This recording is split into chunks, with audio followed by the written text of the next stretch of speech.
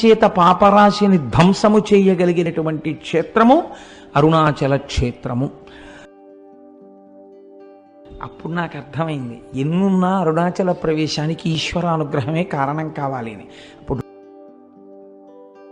అంత పెద్ద స్థూల రూపుడైన పరమశివుడికి ప్రదక్షిణానికి మీరు ప్రయత్నపూర్వకంగా ఒక అడుగు పెట్టారు కనుక అడుగు ఇలా తీసి వెయ్యగానే పాపరాశిని ధ్వంసం చేసేస్తాట.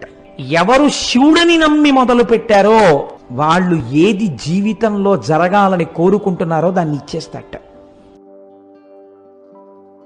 ఎటువంటి దీక్షలో లేకపోయినా ఈ కొండ యొక్క అగ్ని ప్రసరణము చేత వారు మోక్షమునకు అధికారులగుచున్నారు. నేను ప్రతి ఇంటికి వెళ్ళి చందా అడుగుతాను, వచ్చినటువంటి డబ్బులతో గోపురం కడతానని ఆవిడ ప్రతి ఇంటి ముందుకి వెళ్ళి నిలబడితే ఇంట్లో ఎక్కడో బీరువా తాళం వేసి లోపల ఉన్న చెస్ట్లో ఎంత డబ్బు ఎన్ని డినామినేషన్స్లో ఉన్నాయో ఆవిడికి కనపడేది.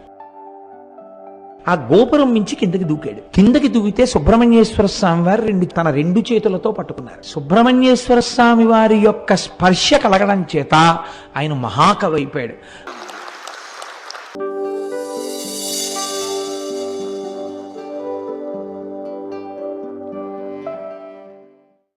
శివతత్వంలో ఒక మాట చెప్తారు, భోరంభాంశనలో నిలోంబర మహార్నాథో హిమాంసు పుమాన్ ఇత్యాభాతి చరాచరాత్మకమిదం యస్యైవ మూర్త్యష్టకం నాణ్యకించన విద్యతే విమృశతాం యస్మాత్ పరస్మాత్ విభో తస్మై శ్రీ గురుమూర్తయే నమగిదం శ్రీ దక్షిణామూర్తయే అని శంకర భగవత్పాదులు దక్షిణామూర్తి స్తోత్రంలో అంతటా ఉన్నటువంటి పరమేశ్వర చైతన్యాన్ని గుర్తించలేనప్పుడు సాకారోపాసన శివుని దేనియందు చూడవచ్చు అన్న దాని గురించి చెప్పారు.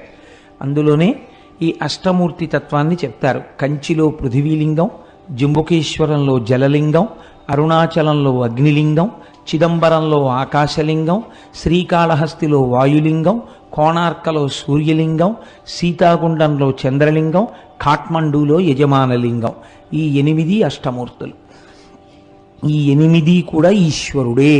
కాబట్టి నీ కంటితో చూసి ఉపాసన చెయ్యడానికి యోగ్యమైనటువంటి పరమశివ స్వరూపములు. ఇందులో మీకు కంచిలో ఉండేటటువంటి పృథివీలింగం మీకు తెలుసు. ఆ పృథివీలింగం కాంచీపురంలో ఉంది. కాంచీపురంలో ఒక గొప్ప విచిత్రం ఉందండి. కంచిలో 1000 పైచిలకు శివాలయాలు ఉన్నాయి. కానీ కంచి నగరం ఎక్కడ వరకు ఉందో ఆ పరిధిలో ఎక్కడ అమ్మవారు ఉండదు శివాలయంలో. అన్ని శివాలయాలకి కలిపి ఒక్కటే శక్తి కేంద్రం, కామాక్షి అమ్మవారి దేవాలయం.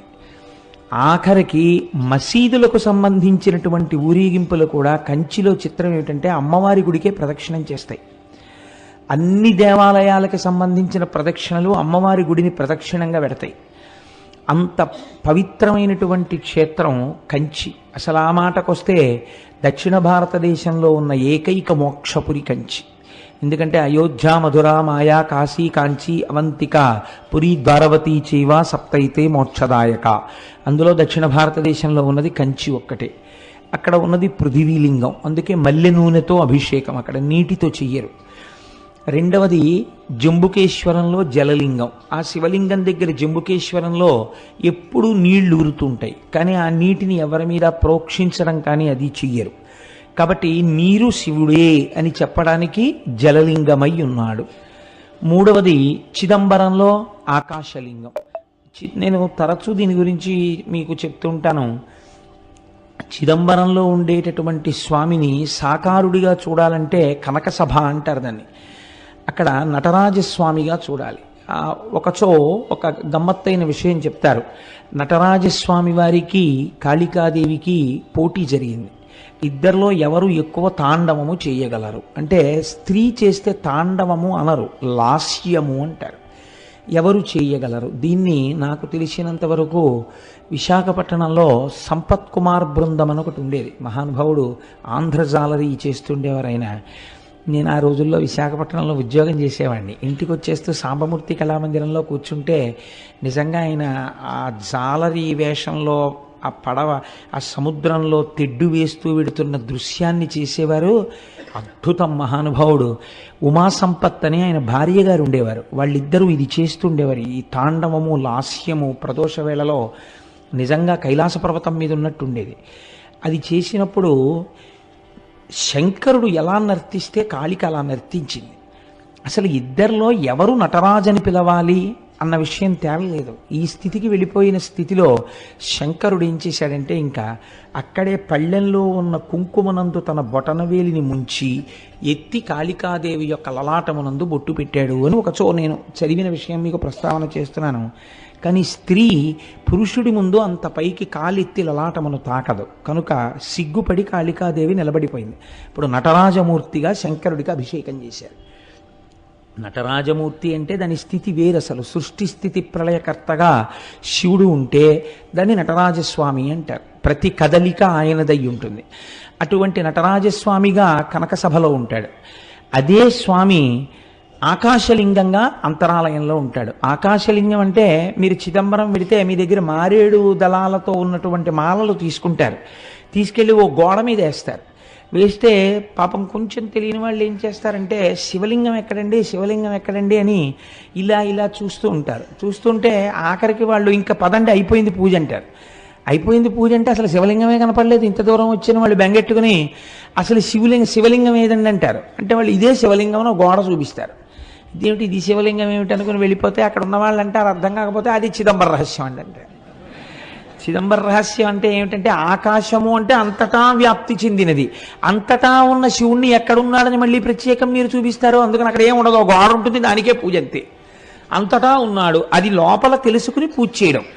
కాబట్టి చిదంబరం ఆకాశలింగం, శ్రీకాళహస్తి వాయులింగం. మీకు తెలుసు అక్కడ రెండు జ్యోతులు వెలుగుతుంటాయి ఎప్పుడు. మనకి సైన్స్లో ఏమిటంటే ఆక్సిజన్ లేకపోతే దీపం నిధనం అయిపోతుంది అని. అందుకని విదేశీయులకి ఎంతసేపు కూడా మనకి ఉన్నటువంటి ఆరాధనా విధానాన్ని వాళ్ళు హేతువుని చూడడానికి ప్రయత్నించేవారు. కాబట్టి విదేశీ పరిపాలనలో ఏం చేశారంటే శ్రీకాళహస్తిలోకి గాలి రాకుండా దేవాలయాన్ని మూసేశారు. ఆక్సిజన్ అయిపోతుంది కదా, అప్పుడు ఈ దీపాలు ఏమవుతాయో చూద్దామని. ఎన్ని రోజులైనా ఆ దీపాలు అలా వెలుగుతూనే ఉన్నాయి. గాలిలో ఆక్సిజన్ అయిపోయినట్టుగా అక్కడ ఉన్నటువంటి పరికరములు చూపిస్తున్నాయి, కానీ దీపాలు మాత్రం వెలుగుతున్నాయి. ఏ గాలి లేకపోయినా రెండు దీపాలు గాలి కొట్టుకుంటున్నట్టు ఇలా కొట్టుకుంటుంటాయి ఇప్పటికీ. అలా వాయురూపుడైనటువంటి పరమాత్మ శివుడే అని చూపించడం కోసమే శ్రీకాళహస్తిలో వాయులింగం. అందుకే ప్రాణము ఉన్నది, ప్రాణము పోయినది అంటే భవతి, వీడున్నాడు అనడానికి ఏమిటి గుర్తు? ఊపిరి. ఆ ఊపిరి ఆగిపోయింది అనుకోండి, శవం వెళ్ళిపోయినాడు, అమంగళ స్వరూపం అయిపోయింది అంటున్నాం. అందుకే శ్రీకాళహస్తిలో శివలింగం పశ్చిమాన్ని తిరుగుతుంది. అక్కడ పశ్చిమాన్ని తిరిగితే గుర్తు ఏమిటంటే పశ్చిమం సూర్యాస్తమయం. శ్రీకాళహస్తి వెళ్ళి నమస్కారం చేసినటువంటి వాడికి ఆఖరి ఊపిరి నడుస్తుండగా ఈశ్వరుడే ఆ ఊపిరిని భగవత్ సంబంధమైన నామముగా మార్చి వీడు చిట్ట చివరి ఊపిరిలో ఈశ్వరనామం చెప్పాడు కాబట్టి వీడిని నా పాదాల దగ్గర పెట్టుకుంటున్నానని తాను తీసుకుంటాడు. కాబట్టి పశ్చిమానికి తిరిగి శ్రీకాళహస్తిలో ఉంటాడు. అంతర్లీనముగా అది మనకి జరిగే ప్రయోజనం, అది వాయులింగం. కాబట్టి కంచియందు పృథివీలింగం, జంబుకేశ్వరంలో జలలింగం, చిదంబరంలో ఆకాశలింగం, శ్రీకాళహస్తిలో వాయులింగం. పంచభూత లింగాలుగా చూడండి. పోనందాక తిరువణ్ణామలై అంటే అరుణాచలానికి వస్తే అగ్నిలింగం. ఇప్పుడు మీరు ఒక్క విషయాన్ని గమనించండి. పృథివీలింగం అంటే మీకు తెలుస్తోంది పృథివీ, జలలింగం అంటే తెలుస్తోంది నీరు, ఆకాశలింగం అంటే తెలుస్తోంది ఏమీ లేకుండా అంతటా పరమాత్మ ఉన్న స్థితి. అలాగే మీకు వాయులింగం తెలుస్తోంది దీపముల కదలిక చేత. అప్పుడు అగ్నిలింగం అన్న దగ్గర ఏది ఉండాలి? అగ్నిహోత్రం ఉండాలి కదండి. మీరు అరుణాచలంలో శివలింగం దగ్గరికి వెళ్ళి దర్శనం చేసుకున్నారనుకోండి, ఏ ప్రశ్న వెయ్యాలి గురువుని శిష్యులు? అయా కంచి వెడితే పృథ్వీలింగం ఉందండి, మిగిలిన చోట్ల భూతములు తెలుస్తున్నాయి, మరి ఇక్కడ కూడా అగ్నిహోత్రం ఉండాలి కదండి, ఇక్కడ అగ్నిహోత్రం లేదు కదా, మరి ఇది అగ్నిలింగం అని ఎలా పిలుస్తారు అని అడగాలి కదా. ఇక్కడ రాశీభూతమైన జ్ఞానాగ్ని. అది జ్ఞానాగ్నియే. అందుకే స్కాంద పురాణం అంది జీవి యొక్క ప్రయాణాన్ని, మనుష్య ప్రయాణం అనకండి, జీవుడు లోపల ఉన్న జీవుడు ఎన్ని దేశముల నుండి నే వచ్చినానో, నిన్న విన్నారు కదా, ఇదేంటి, ఎందరో రోతల్లులెందరో తండ్రులెందరో తనవారులెందరో సుతులు, ఎంతమంది అయ్యారో ఇప్పటికీ.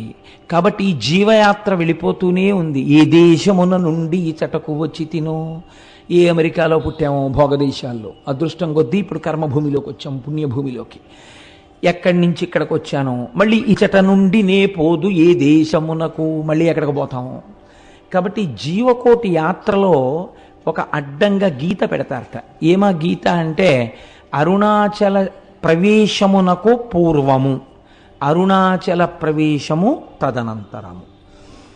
అరుణాచలేశ్వరుడు దర్శనం పెట్టరు, మీరు జాగ్రత్తగా గుర్తుపెట్టుకోండి. అరుణాచల ప్రవేశమునకు పూర్వము, అసలు అరుణాచలంలోకి ప్రవేశించాడా ఇది చూస్తారు.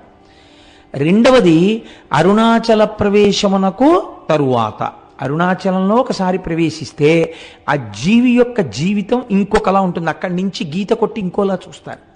కాబట్టి అందరూ అరుణాచలంలోకి ప్రవేశించలేరు, ఇది ఒక సిద్ధాంతం ఉంది. అయితే నాకు దీని గురించి కించిత్ అనుమానం ఉండేది. ఇది ఎప్పుడో ఉంటుంది కదా, ఇప్పుడు రైళ్ళు వచ్చేసాయి, బస్సులు వచ్చేసాయి, అనేకం వచ్చేసాయి, ఇప్పుడు కూడా అలా ప్రతిబంధకాలు ఉంటాయా అని నాకు అనుమానం ఉండేది. నేను మొట్టమొదటిసారి అరుణాచలం వెళ్ళినప్పుడు, ఈ సభలో ఎవరైనా ఉన్నారో లేరో నాతో వచ్చిన వాళ్ళు, శంకరం గారు ఉన్నారేంటే మీరు సాక్ష్యం అయితే, నాకు ఈ అనుమానం ఉండేది. చిత్రం ఏంటంటే, మేము చెన్నై నుంచి అరుణాచలం వెడుతుంటే వ్యాన్ బరస్ట్ అయిపోయింది. బరస్ట్ అయిపోతే దిగిపోయి కూర్చున్నాం. వాడు వెళ్ళి టైర్లు తెచ్చి మళ్ళీ టైర్లు మార్చాడు. మళ్ళీ కొంచెం దూరం వెళ్ళింది, మళ్ళీ బరస్ట్ అయిపోయింది. చీకటి పడిపోతోంది, రోడ్డు మీద నిలబడిపోయాం. మేము అరుణాచలంలోకి ప్రవేశించలేదు. అప్పుడు నాకు అర్థమైంది, ఎన్నున్నా అరుణాచల ప్రవేశానికి ఈశ్వరానుగ్రహమే కారణం కావాలి అని. అప్పుడు రోడ్డు మీద కూర్చుని భగవన్నామాలు చేశాం. చేసిన తర్వాత చిత్రం ఏంటంటే ఇంకా ఆకుండా వ్యాన్లో అరుణాచలం వెళ్ళిపోయాయి. కాబట్టి అప్పటికీ ఇప్పటికీ అది సత్యమే. ఈశ్వరుడు మాకు వెంటనే వచ్చిన అనుమానాన్ని నివృత్తి చేసేసాడు. కాబట్టి అరుణాచలం అంత పరమపావనమైనటువంటి క్షేత్రం. అయితే ఏమంటే అది కేవలము జ్ఞానాగ్నియేనా, మరి పంచభూతములలో అగ్నికి అప్పుడు ఇంకొక లింగం ఉండాలి కదా అని మీకు అనిపించవచ్చు. చాలామంది పెద్దలు ఏం చెప్తారంటే ఇది సత్యమే. అరుణాచలంలో ఉన్నటువంటి శివలింగమునకు కొంచెం దగ్గరగా కూర్చుంటే అంతరాలయంలో మీకు ఉక్క పోసేసి చెమటలు పట్టేసి ఏదో కొంచెం వేడితోటి సతమతమైపోతున్నట్టుగా అనిపిస్తుంది. అది చాలా తీవ్రమైన అగ్ని అనుకోండి, మీరు తట్టుకోలేరు సెగ. అందుకని ఈశ్వరుడు అగ్నిహోత్రము తానే అని అలా నిరూపిస్తూ ఉంటాడు. అటువంటి పరమపావనమైనటువంటి క్షేత్రము ఆ తిరువణ్ణామలైలో ఉన్నటువంటి అరుణాచలేశ్వరుడు. అయితే ఈ అరుణాచలం గురించి ప్రత్యేకముగా నేను ప్రస్తావన చేస్తాను ఇవాళ. రేపు భగవాన్ రమణుల గురించి ప్రస్తావన చేస్తాను అనడం వెనకాతల ఒక ఆర్తి ఉంది. ఎందుకు నేను దాని గురించి ప్రత్యేకం ప్రస్తావన చేస్తాను అని అనవలసి వచ్చిందంటే, మనకి ఒకానొకప్పుడు శంకరుండి దేవతలు మనుష్యులు అందరూ ప్రార్థన చేస్తే ఆయన ఇచ్చినటువంటి వరములుగా 4 చెప్తారు. దర్శనాత్ అభ్రసదసి, చిదంబరమునందు జ్ఞానముతో దర్శించుట, అంతటా ఈశ్వరుడు ఆకాశరూపుడయ్యున్నాడు అని దర్శనం. అదంత జ్ఞానంతో దర్శనం చేయడం అందరికీ కుదురుతుంది, కుదరకపోతుంది. కాబట్టి ఈశ్వర ఇంకొక మాట చెప్పన్నారు, దర్శనాద్దభ్ర సదసి, చేత కాకపోతే జననాత్ కమలాలయే. కమలాలయే అంటే తిరువారూరు.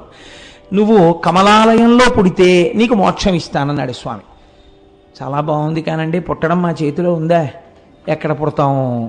కాబట్టి అమ్మ కడుపులో ఉన్న నాకు అమ్మ ఎక్కడుందో ఏం తెలుసు, ఎలా పుడతాను? ఇంకొక మాట చెప్పండి అంటే ఆయన అన్నాడు, పోనీ పుట్టడం నీ చేతిలో లేదు, వృద్ధాప్యం వరకు వచ్చేసిన తర్వాత ఇంకా నా జీవనయాత్ర పూర్తయిపోతోందని నీకు తెలిసిపోతూ ఉంటుందిగా, బాధ్యత అయిపోయిందిగా, కాశీ వెళ్ళిపోతే ఏం చేస్తాను?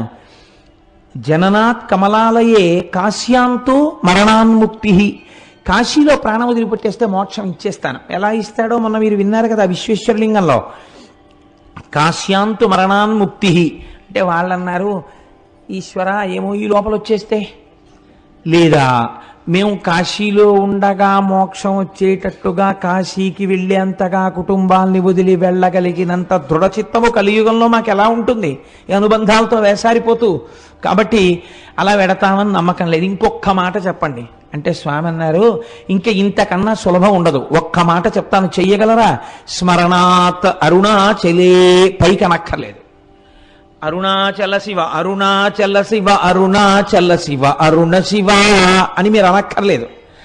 స్మరణాత్, స్మరణము మనస్సుకు సంబంధించినది. మీరిక్కడ అరుణాచల శివుడు అని ఒకసారి తలుచుకుంటే చాలు, పాపరాశి ధ్వంసం చేస్తాను. పోనీ అలా తలుచుకోగలవా? ఇది కూడా కుదరదన్నారు అనుకోండి, ఇంకా నేను మిమ్మల్ని ఉద్ధరించలేనని ఈశ్వరుడితో అనిపించుకోకూడదు కదా, అందుకని తప్పకుండా అన్నారు. స్మరణాత్ అరుణాచలే, కేవలము స్మరించినంత మాత్రం చేత పాపరాశిని ధ్వంసము చేయగలిగినటువంటి క్షేత్రము అరుణాచల క్షేత్రము. ఇక్కడ ఒక గమ్మత్తుంది. మీకు భారతదేశం మొత్తం మీద ఎక్కడా లేనటువంటి రీతిలో అరుణాచలంలో పరమశివుడు మూడుగా కనపడుతూ ఉంటాడు అని పురాణం చెప్తుంది. మూడుగా, ఇందులో అరుణాచలం వెళ్ళిన వాళ్ళు చాలామంది ఉన్నారని నేను అనుకుంటున్నాను. నాకు తెలియడం కోసం, సంతోషించడం కోసం, అరుణాచలం వెళ్ళిన వాళ్ళు ఎంతమంది ఉన్నారో ఒక్కసారి చెయ్యెత్తండి సభలో. ఓ చాలామంది ఉన్నారండి వెళ్ళవలసిన వాళ్ళు, చాలా సంతోషం. ఈ మాట ఎప్పుడైనా ఈశ్వరుడు మనందరినీ కలిపి తీసుకెళ్ళుగాక అని సంకల్పం చేద్దాం. స్మరణాత్ అరుణాచలి, ఆ అరుణాచలం దాని గురించి శాస్త్రం ఒక మాట చెప్తుంది. అరుణాచల క్షేత్రమునందు శివుడు మూడుగా కనపడుతూ ఉంటాడు. అరుణాచలంలో ఒక పెద్ద పర్వతం ఉంది, దాని పేరే అరుణాచలము. అంటే అచలము అని కదండి, అచలం అంటే కొండ. ఒక పెద్ద కొండ ఉంది, దానికి ప్రదక్షిణం చేయాలంటే 14 కిలోమీటర్లు నడవాల్సి ఉంటుంది. ఆ కొండ శివుడే, కొండయే శివుడు అక్కడ. అందుకే మీరు చూస్తే ఒక చిత్రమైన బోర్డులు కనపడుతుంటాయి, absorbed in to the lotus feet of Arunachala అని ఉంటాయి. రమణాశ్రమంలో అక్కడే ప్రాణాలు విడిచిపెట్టేసిన వాళ్ళని సమాధులు చేస్తే అక్కడ బోర్డులు పెడతారు, వీళ్ళ పేరు ఇది, absorbed in to the lotus feet of Arunachala అంటారు. అరుణాచల పాదములు అని పిలుస్తారు ఆ కొండ కింద ఉన్నటువంటి భాగాన్ని. ఆ కొండకి ప్రదక్షిణం చేస్తారు. ఈ కొండకి ప్రదక్షిణం చేస్తే అక్కడ మీరు నమ్మండి నమ్మపోండి, నాకు పరమ విశ్వాసముతో కూడుకున్న విషయం, ఎన్ని కోట్ల జన్మల పాపములో అక్కడ దగ్ధమవుతాయని. భగవాన్ రమణుల్ని ఎవరైనా చూడ్డానికి వెడితే అరుణాచలంలో ఆయన మొదట ఒక ప్రశ్న వేసేవారు, గిరి ప్రదక్షిణం చేశారా అని అడిగేవారు. వాళ్ళు మళ్ళీ ఓ గంట పోయాక కనపడేవారు, భగవాన్ మీరు చెప్పినట్టుగా గిరి ప్రదక్షిణానికి వెళ్ళొచ్చాం అనేవారు. ఎలా వెళ్ళారు అంటే ఆటోలో వెళ్ళామండి అనేవారు. ఏదో వయస్సు అయిపోతే వాళ్ళని నేను తప్పు పట్టట్లేదు, అయితే ప్రదక్షిణ పుణ్యం ఆటోదా మీదా అని అడుగుతుండేవారు ఆయన. కాబట్టి ఆ గిరి ప్రదక్షిణం అనేటటువంటిది మనం ప్రయత్నపూర్వకంగా చెయ్యాలి. అక్కడ చిత్రం ఏమిటంటే, మీరు ప్రదక్షిణం ప్రారంభం చెయ్యగానే సాధారణంగా రమణాశ్రమం దగ్గర నమస్కారం చేసి కొంచెం 4 అడుగులు వెయ్యగానే ఒక వినాయకుడి గుడి ఉంటుంది, అక్కడ నమస్కారం చేసి అరుణాచలానికి ప్రదక్షిణానికి బయలుదేరుతారు. బయలుదేరినప్పుడు మొట్టమొదట దక్షిణ దిక్కున కనపడేటటువంటి లింగం యమలింగం. దక్షిణ దిక్కున మరి యమధర్మరాజు కదండి, అందుకని యమప్రసాదాత్ ఆయుర్వర్ధనమశ్నుతే అని చెప్తాం మనం ఆశీర్వచనంలో. దక్షిణ దిక్కున ఉన్నటువంటి యమధర్మరాజు గారి యొక్క అనుగ్రహము చేత నీకు ఆయువు వృద్ధి అగుగాక. మీరు ఒక్కటి గుర్తుపెట్టుకోండి, అరుణాచలానికి, అరుణ పర్వతానికి మీరు ఎన్ని మాటలు ప్రదక్షిణం చేసినా ఒక్క పర్వతానికి ప్రదక్షిణము చేయరాదు. అరుణాచలం పర్వతం చుట్టూ ఉన్న అన్ని ఆలయములను దర్శనము చేస్తూనే ప్రదక్షిణం చెయ్యాలి తప్ప వాటిని విడిచిపెట్టి ప్రదక్షిణం చెయ్యకూడదు. అలా ఎందుకు చెయ్యకూడదో నేను ఈ మధ్య ఉపన్యాసంలో ఒక రోజున చెప్పాను, చర్విత చరణంగా మళ్ళీ చెప్పవలసిన అవసరం లేదు. అయితే ఈ దక్షిణ దిక్కున ఉన్నటువంటి యమలింగానికి అరుణాచలంలో ఒక ప్రత్యేకత ఉన్నది అంటారు. ఏమా ప్రత్యేకత అంటే, ఎముకలు విరిగిపోయినటువంటి వాళ్ళు, ఎముకలు అరిగి బాధపడుతున్న వాళ్ళు అరుణాచలంలో యమలింగ దర్శనం చేస్తే ఆ ఎముకలు చాలా తొందరగా అంటుకుంటాయి. చాలామందికి అలా జరిగాయి సంఘటనలు. మీరు దానికి సంబంధించినటువంటి విషయాల్ని పరిశీలన చేస్తే ఎన్ని సంఘటనలు, ఎన్ని సందర్భాలు ఉంటాయో, ఎన్నని పురాణ ప్రవచనంలో తీసుకురాగలం. ఎంతమందికో అలా అంటుకున్న ఎముకలు. కాబట్టి యమలింగమునకు అటువంటి శక్తి ఉన్నది. అరుణాచలంలో మీరు ప్రదక్షిణం చేస్తున్నప్పుడు నైరుతి దిక్కుకి వెళ్ళేటప్పటికి నైరుతి లింగము అని ఒక లింగం ఉంటుంది. ఆ నైరుతి లింగము మీరు వెళ్ళినప్పుడు కొంచెం జాగ్రత్తగా చూడండి, అది రోడ్డు మీదకి కనపడదు, కాస్త లోపలకు ఉంటుంది. మీరు 4 అడుగులు వేసి లోపలికి వెళ్ళాలి. వెడితే ఆ నైరుతి లింగం గురించి పెద్దలు ఏం చెప్తారంటే, మనస్సు చాలా తొందరగా నిలకడని పొందగలిగినటువంటి పరమశక్తివంతమైన ప్రదేశము నైరుతి లింగము అని చెప్తారు. నైరుతి లింగం దగ్గర కూర్చుని కాసేపు ధ్యానం చేసుకోవడం, నైరుతి లింగం దగ్గర కూర్చుని ఒక శ్లోకమో, ఒక పద్యమో, ఒక శివ సందర్భమో చెప్పుకోవాలి. నేను ఎప్పుడు అరుణాచలం వెళ్ళినా నాతో పాటు ఎవరో భక్తులు ఏదో పాపం వీడితో పెడితే ఏదో చెప్తాడని ఆశ, నాకేం తెలుసు కనుక వస్తూ ఉంటారు. వస్తే తప్పకుండా నైరుతి లింగం దగ్గర కూర్చుని ఏదో ఒకటి చెప్పి బయలుదేరుతుంటాం. మొన్న వెళ్ళినప్పుడు కూడా మేము అలాగే చేసాం ప్రదక్షిణ. కాబట్టి ఆ నైరుతి లింగం దగ్గరే కావ్యకంఠ గణపతి ముని తపస్సు చేశారు. తపస్సు చేసినప్పుడు ఒక ఆశ్చర్యకరమైన సంఘటన జరిగింది. వారు తపస్సుకు కూర్చునే ముందు వారు ఒక నిర్ణయం తీసుకుని నైరుతి లింగానికి చెప్పారు, ఈశ్వర, నా తపస్సు సిద్ధించే వరకు నేను ఈ ప్రదేశమును విడిచిపెట్టి వెళ్ళను అని. ఒక చిన్న గదిలా ఉంటుంది ఆ లింగానికి ముందు. అందులో ఒక గుడ్డల మూట ఒకటి ఉండేది. ఆయన ఆ గదిలో కూర్చుని రాత్రి 11:30-12 వరకు తపస్సు చేసేవారు. చేసి ఒక్క గ్లాసుడు పాలు అక్కడ ఎవరైనా పెడితే ఆ పాలు తాగి పడుకునేవారు అక్కడే. మళ్ళీ తెల్లవారకట్ట లేచి ఆ బాహ్యాంతర శౌచములు సిద్ధింప చేసుకుని మళ్ళీ తపస్సు కూర్చునేవారు. కావ్యకంఠులు అలా తపస్సు చేస్తుండగా ఒక ఆశ్చర్యకరమైన సంఘటన జరిగింది. అరుణాచలేశ్వరుడు యొక్క రథం అరుణగిరికి ప్రదక్షిణంగా వెడుతోంది, దేవాలయానికి ప్రదక్షిణంగా వెడుతోంది. వెడుతున్నప్పుడు ఒక అన్న సంతర్పణ చేసేటటువంటి ఒక సత్రవుకి, ఒక వేద పాఠశాలకి మధ్యలో పరమ నునుపైన నేల మీద ఆ రథం ఆగిపోయింది. అలా 9 రోజులు వెళ్ళాలి ఆ రథం. అది 6వ రోజున ఆగిపోయింది. ఆగిపోతే రాత్రి 12 గంటల వరకు తోశారు. తిరువణ్ణామలైలో ఉన్న జనాభా అందరూ పట్టుకులాగారు రథాన్ని. అంగుళం కూడా రథం కదలలేదు. ఏం చెయ్యాలో అర్థం కాలేదు. లాగి లాగి లాగి లాగి అర్చకులు కూడా విసిగిపోయి ఎన్ని క్షమార్పణలు చెప్పాలో అన్ని చెప్పారు. కదల్లా రథం. రథం మీద మూర్తులను అలాగే వదిలిపెట్టేసి ఒక 10 మందిని కాపలా పెట్టి, రేపటి రోజు ఉదయం వచ్చి మళ్ళీ రథం లాగుతాం స్వామి, మమ్మల్ని మన్నించు అని చెప్పి ఎవరిళ్ళక వాళ్ళు వెళ్ళిపోయారు అర్చకులు కూడా. ఇది యథార్థముగా కావ్యకంఠ గణపతి ముని అంటే ఈ మధ్య వారి జీవితంలో జరిగిన సంఘటన. రాత్రి 12 గంటలకి కావ్యకంఠ గణపతి ముని పడుకున్నారు. పడుకుంటే అరుణాచలేశ్వరుడికి అర్చకత్వం చేసే ప్రధాన అర్చకుడు ఆయనకి స్వప్నంలో దర్శనమిచ్చాడు. ఇచ్చి, ఈశ్వరాజ్ఞ చేత రథం ఆగిపోయింది, ఈశ్వరుడు ఏం కోరుకుంటున్నాడంటే మీ యొక్క తపస్సుని లోకమునకు తెలియచెయ్యాలనుకుంటున్నాడు, మీ వాక్కు యొక్క ప్రామాణ్యము తెలియచెయ్యాలనుకుంటున్నాడు. అది అసలు రహస్యం. కనుక మీరు వచ్చి చెయ్యేస్తే తప్ప అరుణాచలేశ్వరుడి రథము నడవదు. కాబట్టి ఉత్తర క్షణం మీరు గుడి విడిచిపెట్టి రండి అని వినపడింది.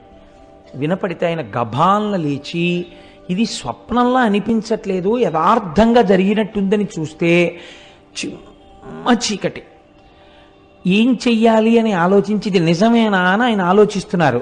2 చెవులలోకి మాటలు వినపడ్డాయి, ఇది యథార్థము, నువ్వు వెంటనే బయలుదేరి రథం దగ్గరికి వెళ్ళు అని. ఆయన వెంటనే గుడి తలుపులు వెయ్యడం కూడా మరిచిపోయి, రాత్రిళ్ళు తలుపులు వేస్తారు కానీ మీకు శివలింగ దర్శనం అవుతూ ఉంటుంది అరుణాచలంలో. తలుపులు దగ్గరకి వేసి ఆయన గబగబా ఆ తేరు ఆగిపోయిన ప్రదేశానికి వెళ్ళారు. వెడితే రథం అక్కడ నిలబడిపోయింది, చుట్టూ 10 మంది ఉన్నారు. వెంటనే ఈయన స్వామికి సాష్టాంగ నమస్కారం చేసి, ఈశ్వరా మీరు నన్ను అనుగ్రహించారు, కానీ ఇప్పుడు 10 మంది కాపలాదారులు మాత్రమే ఉన్నారు. ఇప్పుడు ఒకవేళ రథం కదిలినా ఆలయం లోపలికి వెళ్ళడం కష్టం. రేపు తెల్లవారుజామున నేను వచ్చి రథాన్ని మీద చెయ్యి వేస్తాను, కదిపేది మీరే, నా శక్తి కాదు, నన్ను అనుగ్రహిస్తారు అని చెప్పి మళ్ళీ వెళ్ళిపోయారు గుడికి. పడుకున్నారు. రోజు తెల్లవారకట్ట 4ంటికి తెలివచ్చేది. ఆయనకు ఆ రోజున మరునాడు ఉదయం 9 గంటలకి తెలివచ్చింది. అప్పటికి తెల్లవారకట్ట వచ్చేసి అక్కడ ఉన్న వాళ్ళందరూ ఈ రథాన్ని లాగేటటువంటి ప్రయత్నం చేస్తున్నారు, కదలటం లేదు. 12 అయ్యేటప్పటికి ఎట్టి పరిస్థితులలోనూ గుడి లోపలికి వెళ్ళిపోయి మహానైవేద్యమై మళ్ళీ మరునాటి పరిక్రమణం మొదలైపోవాలి. అలా వెళ్ళకపోతే భారీ ఎత్తున ప్రాయశ్చిత్తాలు చెయ్యాలి. ఆలయంలో ఉన్నటువంటి అధికారుల నుంచి అర్చకుల వరకు గడగడ వణికిపోతున్నారు. ఇలా వణికిపోతున్న సమయంలో గబగబా సంధ్యావందనాదులు పూర్తి చేసుకుని కావ్యకంఠ గణపతి ముని తనకున్న బట్టల మూట ఒకటి పట్టుకుని వెళ్ళి వేద పాఠశాలలో దాన్ని అప్పజెప్పి ఆ రథం దగ్గరికి వెళ్ళి, అయ్యా నాకు చోటివ్వండి, ఈశ్వరుడు పిలిస్తే వచ్చాను అనేటప్పటికి అందరూ ఆయనకి చోటు ఇచ్చారు. ఆయన 2 మోకుల మధ్యలోకి వెళ్ళి సాష్టాంగ నమస్కారం చేసి, అరుణాచలేశ్వర నువ్వు పిలిస్తే నేను వచ్చాను, నువ్వు చెప్పిన మాట నిలబెట్టు అని కుడి చెయ్యి వేసి, ఇలా ఉంటారు కావ్యకంఠ గణపతి ముని, కుడి చెయ్యి వేసి ఇలా అన్నారు. అంతే. చాలా మంది కలిపి తేలిక వాహనాన్ని లాగేస్తే ఒక్కసారి ఎలా దూకుతుందో, అలవాట్లేనివాడు ఫస్ట్ గేర్ వేసేసి యాక్సిలేటర్ వదిలేస్తే బండి ఎలా దూకుతుందో అలా ఒక దూకింది అరుణాచలం రథం. దూకి గుళ్ళోకి వెళ్ళిపోయింది. వెంటనే ఎవరు రాయి బక్కబాపడు, ఎవరింతటి మహాత్ముడు, ఈయన్ని ఎలాగైనా పట్టుకోవాలనుకుని చూశారు. చిత్రం ఏమిటంటే మహాత్ములైనటువంటి వారు గుర్తింపుల కోసం వెంపర్లాడరు. వాళ్ళు చూసేటప్పటికే సందులు గొంతుల్లో పడైన వెళ్ళిపోయారు. ఎవ్వరికీ కనపడలేదు. అరుణాచలేశ్వరుడు కావ్యకంఠ గణపతి ముని యొక్క తపస్సుకి తొందరగా పలికినటువంటి ప్రదేశం నైరుతిలింగ స్థానం. కాబట్టి ఆ నైరుతిలింగం దగ్గరికి వెళ్ళినప్పుడు మనం ప్రత్యేకించి అరుణాచలేశ్వర నీ అనుగ్రహాన్ని మా యందు ప్రసరించు అని మనం చక్కగా అక్కడ నమస్కారం చేసుకోవాలి. అరుణగిరికి తప్పకుండా ప్రదక్షిణం చెయ్యండి అని అనడం వెనకాతల ఒక కారణం ఉంది. మీరు వెళ్ళేటప్పుడు అన్ని దిక్కుల యందు మీకు ఆలయాలు కనపడతాయి. చంద్రలింగం, సూర్యలింగం, ఉత్తరాన కుబేరలింగం, ఈశాన్యంలో లింగం, ఆగ్నేయంలో లింగం, అన్ని శివాలయాలు ఉంటాయి. ఉత్తరలింగాన్ని కుబేరలింగం అని పిలుస్తారు. ఉత్తరలింగం దగ్గరికి వెళ్ళి మీరు ప్రార్థన చేశారనుకోండి, ఐశ్వర్య సంపత్తి కలుగుతుంది. మీరు చూడండి, సాధారణంగా మనకి ఆశీర్వచనం చేస్తారు. మీరు ఏదైనా ఒక పెద్ద పూజ కానీ, ఇష్టి కానీ, వ్రతం కానీ పూర్తి చేశారనుకోండి, ఆశీర్వచనం చేసేటప్పుడు ఒక మాట చెప్తారు. ఏదో నైరుతి దిగ్భాగే వరుణో దేవత వరుణ ప్రసాదాత్ పుత్రపౌత్రాభివర్ధనమశ్నుతే. ఆ నైరుతి దిక్కున ఉన్నటువంటి ఏదో పశ్చిమ దిగ్భాగే, పశ్చిమ దిక్కున ఉన్నవాడు వరుణుడు, ఆ వరుణుని యొక్క అనుగ్రహము చేత ఈయనకి పుత్రపౌత్రాభివృద్ధి కలుగుగాక అని. అలాగే మనకి మహన్యాసం చేసేటప్పుడు మనం ఇలా వెనక్కి తిరిగో నమస్కారం, ఇలా ఓ నమస్కారం, ఇలా ఓ నమస్కారం, ఇలా ఓ నమస్కారం అర్చక స్వామి చేస్తుంటారు. ఆయన్ని చూస్తూ ఆయన ఎడి తిరుగుతున్నాడు, అలా మనం ఇలా ఇలా ఇలా తిరుగుతూ ఉంటాం తప్ప మంత్రంతో సమన్వయం మనకి జరగదు లోపల. ఎందుకంటే మనకి సరిగ్గా అర్థం కాదు, అలా అర్థమయ్యేటట్టు చెప్పేవాళ్ళు లేరు. కాబట్టి ఏమైపోతుందంటే ఉట్టినే పాపం అలా అలా తిరుగుతుంటాడు, ఆయన భక్తి అయింది. కానీ మీకు తెలియకుండానే మీరు అరుణగిరికి ప్రదక్షిణం చేసేటప్పుడు అన్ని దిక్కుల నుండి మీరు ఏం కోరుకుంటున్నారో అవి ఇయ్యగలిగినటువంటి దిక్పాలకులకు శాసకుడై ఉన్నటువంటి పరమశివుని యొక్క దర్శనం మీకు అన్ని దిక్కులా కలుగుతుంది. కలగడం వల్ల ఇహమునందు మీకు సమస్త సమృద్ధి కటాక్షింపబడుతుంది. కాబట్టి అరుణాచల లింగానికి, అరుణాచలేశ్వరుడికి, ఆ కొండకి ప్రదక్షిణం చెయ్యడంలో అంత విశేషమైన ప్రాముఖ్యం. కొన్ని చెప్పకపోతే నాకు కడుపుబ్బ తీరదు, అదొక విర్రి నాకు. కాబట్టి చెప్తాను, ఇది కూడా చెప్పాలా అని అనుకోకండి. మనం పశ్చిమ దిక్కుకు వెళ్ళినప్పుడు ఆది అన్నామలై అని ఒక క్షేత్రం ఉంటుంది, ఒక దేవాలయం, శివాలయం ఉంది. ఆ ఆది అన్నామలై క్షేత్రం దేవాలయం దగ్గరికి వెళ్ళేటప్పటికే ఈసారి మేము కనుమ పండుగ నాడు వెళ్ళాం. చక్కగా పెద్ద పెద్ద ముగ్గులేసి గొబ్బిళ్ళు పెట్టి గుమ్మిడి పూలు పెట్టారు. పెడితే మా వాళ్ళు వచ్చిన భక్తుల్లో కొంతమందికి మంచి మంచి పాటలు వచ్చు, గొబ్బిళ్ళ పాటలు. ఆ గొబ్బిళ్ళ పాటలు పాడుతుంటే మాతో వచ్చిన వాళ్ళందరూ ఆ గొబ్బిళ్ళకి చక్కగా నాట్యం చేస్తూ కన్నెపిల్లలకి మంచి భర్తలు రావాలని ప్రదక్షిణాలు చేయించి పాటలు పాడించి ఎంత ముచ్చట్లాడామో, ఎంత సంతోషం పడ్డామో శివుడి సన్నిధానంలో పండగ చేసుకుంటూ. అసలు కనుమ అంటే మీరు అరుణాచలంలో చూడాలి. పశువుకి పూజ కదండి. పశు రూపంలో నిలబడిన వాడెవరు? నందీశ్వరుడు. మీరు చూసి తీరాలి. మొన్న కనుమ పండుగ నాడు నాతో వచ్చిన వాళ్ళందరూ ఇక్కడే ఉన్నారు. వీళ్ళందరూ అయితే ఎంత పొంగిపోయారంటే, కోటేశ్వరరావు ఎలాగో శివమహాపురాణం జరుగుతోంది కదా, మా అచ్చయ్య శాస్త్రి గారు అయితే ఎంత ముచ్చట పడిపోయారంటే, కోటేశ్వరరావు నేను పెద్ద నందించి ఏం చేస్తాను, కనుమనాడు మన అందరం ఇక్కడ చేసినట్టే అలంకారం చేద్దామా అండి అని అడిగారు. మీకు చిత్రం తెలుసా?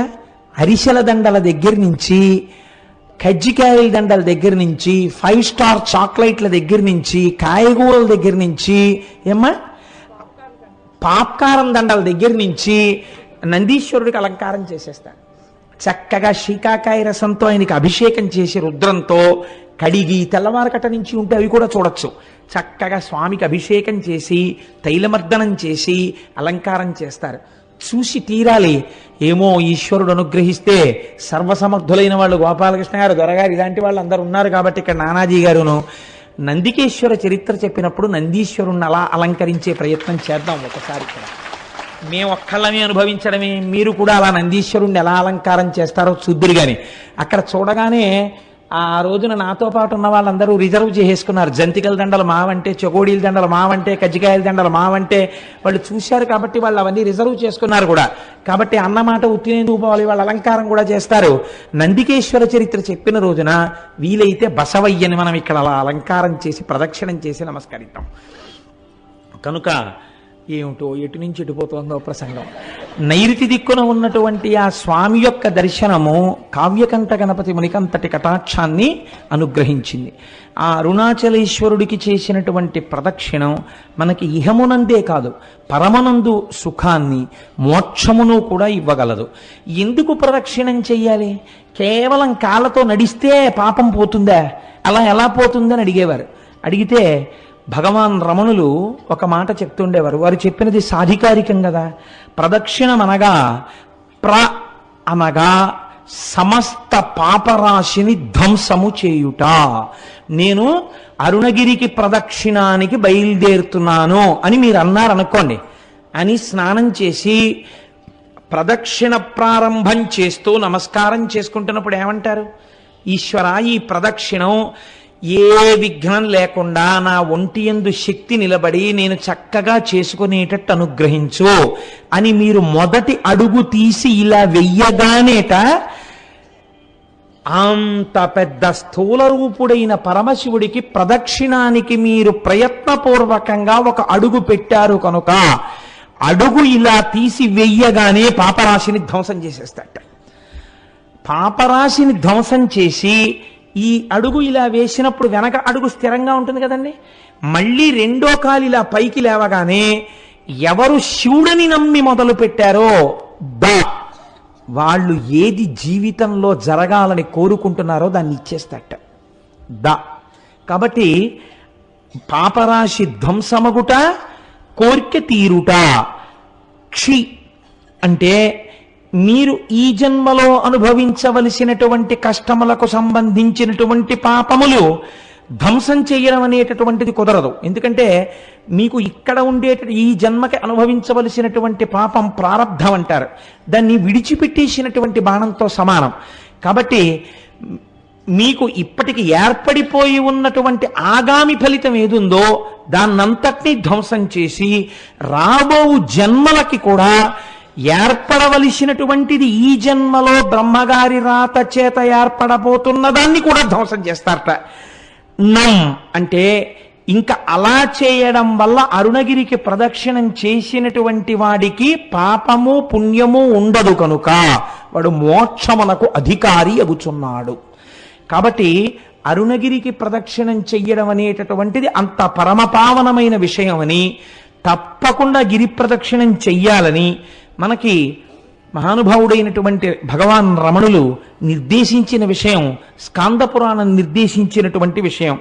అయితే చిత్రం ఒకటి ఉంది. అరుణాచలంలో 3 యోజనముల దూరము వరకు ఏ విధమైనటువంటి దీక్షకి సంబంధించిన నియమములు లేవు. మీకు శ్రద్ధ అని ఒక వాక్యం ఉంటుంది పురాణంలో. పురాణమే కాదు, మీరు శృతి యందు కూడా శ్రద్ధ అని ఒక మాట వాడతారు. శ్రద్ధ అంటే ఏమిటో తెలుసా అండి? మీకు ఇక్కడ నీవు ఇలా ఉండవచ్చు అన్నప్పుడు నమ్మి మీరు అలా ఉండాలి అని శాస్త్రం అంటుంది. మీరు ఇలా ఉండు అని చెప్పినప్పుడు నేను అలా ఉండను అని మీరు అన్నారనుకోండి, మీ అంత మీరుగా కొన్ని సిద్ధాంతాలని తీశారనుకోండి, అది ఆ క్షేత్రము యొక్క ప్రమాణమును అవమానించుట, చెయ్యకూడదు. అందుకే రమణులంతటి వారు అమ్మగారు నేను ఇక్కడ ఉల్లిపాయలు తిన్నంటే ఈవిడ ఉల్లిపాయ తింటే ఈవిడ మోక్షానికి అడ్డొస్తుందిట అనేవారు. 3 యోజనముల దూరంలో అక్కడ ఏ విధమైనటువంటి దీక్షా నియమములు లేవు. ఇది ఎంతవరకు నిరూపణమైందో తెలుసా అండి? భగవాన్ రమణులు ఒక తెల్లటి గోచి మాత్రమే పెట్టుకునేవారు. వారు గోచి పెట్టుకుని స్కందాశ్రమంలో ఉండగా ఒకానొకప్పుడు శృంగేరి పీఠం నుంచి కొంతమంది పండితులు వచ్చి అయ్యా మీరు ఆ వివాహం లేదు, మీకు సంసారం లేదు, మీరు సన్యాసి యొక్క జీవితాన్నే గడుపుతున్నారు, కాబట్టి మీరు కనీసంలో కనీసం పోనీ కాషాయాంబరములను ధరించకపోయినా పెట్టుకున్నటువంటి గోచి తెల్లది కాకుండా కాషాయం రంగు గోచి పెట్టుకుంటే బాగుంటుంది. అందుకే జ్ఞానముతో నిండినటువంటి వారు కాబట్టే సన్యాసి శరీరాన్ని విడిచిపెడితే ఇక దహనం చేయరు. అది జ్ఞానాగ్నితో కూడిన శరీరం కాబట్టి భూస్థాపితం చేస్తారు. కాబట్టి ఇప్పుడు మీరు కాషాయముతో ఉన్న గోచి పెట్టుకోండి అని అడిగారు. అడిగితే భగవాన్ నవ్వి అన్నారు, అలా కాదు, ఈ అరుణాచలం కొండకి 3 యోజనముల వరకు ఏ దీక్షకు సంబంధించిన నియమము లేదు, కాబట్టి తెల్లటి గోచి పెట్టుకున్నా దోషం లేదు అన్నారు. అంటే వాళ్ళు అన్నారు, మీరు అలా కాదు, కొంచెం ఆలోచించండి, మీరు నడుపుతున్న జీవితానికి తెల్లటి గోచి పెట్టుకోవడం అంత బాగులేదు, కాషాయం గోచి పెట్టుకుంటే బాగుంటుంది అని వారు భోజనానికి కిందకి దిగి వెళ్ళిపోయారు. ఎక్కడ నుంచి వచ్చాడో ఒక పరమ వృద్ధుడు ఒక ఆయన ఒక పుస్తకాల మూట మోసుకొచ్చాడు, రమణుల దగ్గర పెట్టాడు. నేను ఇప్పుడే స్నానం చేసి వస్తాను, ఈ పుస్తకాల మూట చూస్తుండు అని చెప్పి వెళ్ళిపోయాడు. శృంగగిరి నుంచి వచ్చినటువంటి పండితులు కిందకి వెళ్ళి స్నానం చేసి భోజనం చేసి మళ్ళీ కొండ మీదకి వచ్చారు రమణుల దగ్గరికి. వచ్చేటప్పటికి పుస్తకాల మూట అక్కడుంది, పైనున్న పుస్తకం ఎగురుతోంది. ఎగురుతున్న పేజీ దగ్గర ఏమిటి పుస్తకాలు అని వాళ్ళు ఇలా పేజీ మీద చెయ్యి వేసి చూశారు.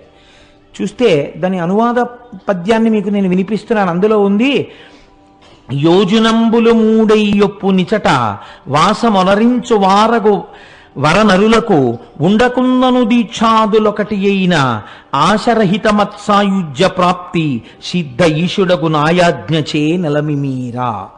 ఇది ఈశ్వరాజ్ఞ. ఇక్కడ దీక్షా నియమములు ఏమీ లేవు. ఇక్కడ కొండకి 3 యోజనముల పరిధిలో ఎటువంటి దీక్షలో లేకపోయినా ఈ కొండ యొక్క అగ్ని ప్రసరణము చేత వారు మోక్షమునకు అధికారులగుచున్నారు. కాబట్టి వాళ్ళది చూసి తెల్లబోయి, ఇప్పటికిప్పుడు ఈ పుస్తకం ఎక్కడి నుంచి వచ్చిందంటే రమణులు అన్నారు, ఏమో ఎవరో వృద్ధులు తెచ్చి అక్కడ పెట్టారు, వారు మీలాగే స్నానం చేసి వస్తానని వెళ్ళారన్నారు. ఆ వృద్ధుడు తిరిగి రాలేదు. కానీ ఈ పద్యాన్ని చూసినటువంటి పెద్దలు మాత్రం రమణులు తెల్లటి గోచి పెట్టుకోవడం వెనకాతల పరమసత్యం ఉంది అని తిరిగి వెళ్ళిపోయారు. అలా నిరూపించినటువంటిది ఆ అరుణగిరికి ఉన్నటువంటి గొప్పతనాన్ని నిరూపించిన సంఘటన అక్కడ జరిగింది. మీరు అరుణాచల క్షేత్రంలో స్వామి దర్శనానికి వెడితే సాధారణంగా తూర్పు గోపురంలోంచి ప్రవేశిస్తాం. తూర్పు గోపురాన్ని శ్రీకృష్ణదేవరాయలు నిర్మాణం చేశారు. మనకి ఎక్కడికి వెళ్ళండి శ్రీకృష్ణదేవరాయల యొక్క ప్రమేయం లేనటువంటి క్షేత్రం ఉండదు. మీరు తెలిసి కానీ తెలియక కానీ వెడితే, మనకి నేను మొన్న గుంటూరు ప్రసంగాలకు వెళ్ళినప్పుడు వారు నన్ను ఒక క్షేత్రానికి తీసుకెళ్లారు. అది గుడికి అన్ని మూలలా సుబ్రహ్మణ్యుడు ఉన్నాడు. నేను చాలా ఆశ్చర్యపోయాను. కృష్ణదేవరాయల వారు అక్కడికి వచ్చి పూజ చేసి వెళ్ళిన తర్వాత ఆయనకి కొడుకు పుట్టాడు, భార్య గర్భిణి అయింది అని తెలిసి ఆయన క్షేత్రానికి గోపురాలు అవి కట్టారు.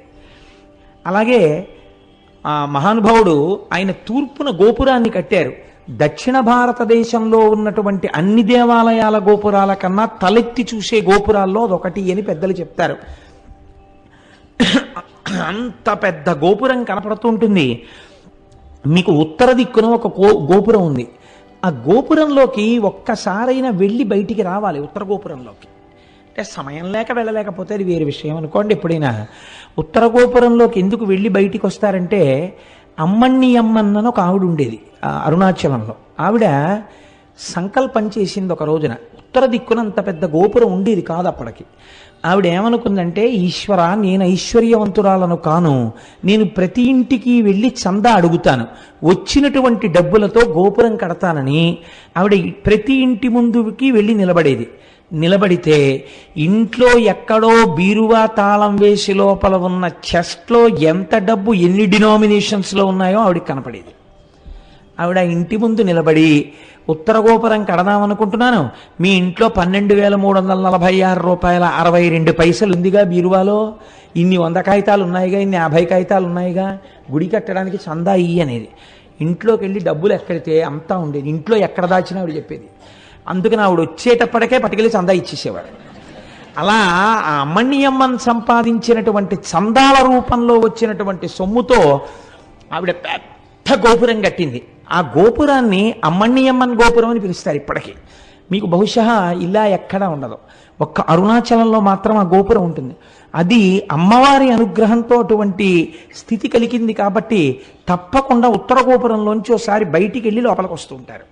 సరే, మీకు ఈ అరుణాచలం దేవాలయంలోకి ప్రవేశించగానే ఒక సుబ్రహ్మణ్యేశ్వర స్వామి వారి యొక్క దేవాలయం కనపడుతుంది.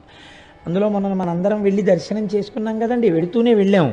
ఆ సుబ్రహ్మణ్యేశ్వర స్వామి వారి దేవాలయం ఒక చిత్రమైనటువంటి దేవాలయం. ఎందుచేత అంటే అరుణగిరినాథుడు అని ఒక మహాభక్తుడు ఒక ఆయన ఉండేవాడు ఆ తిరువణ్ణామలైలో.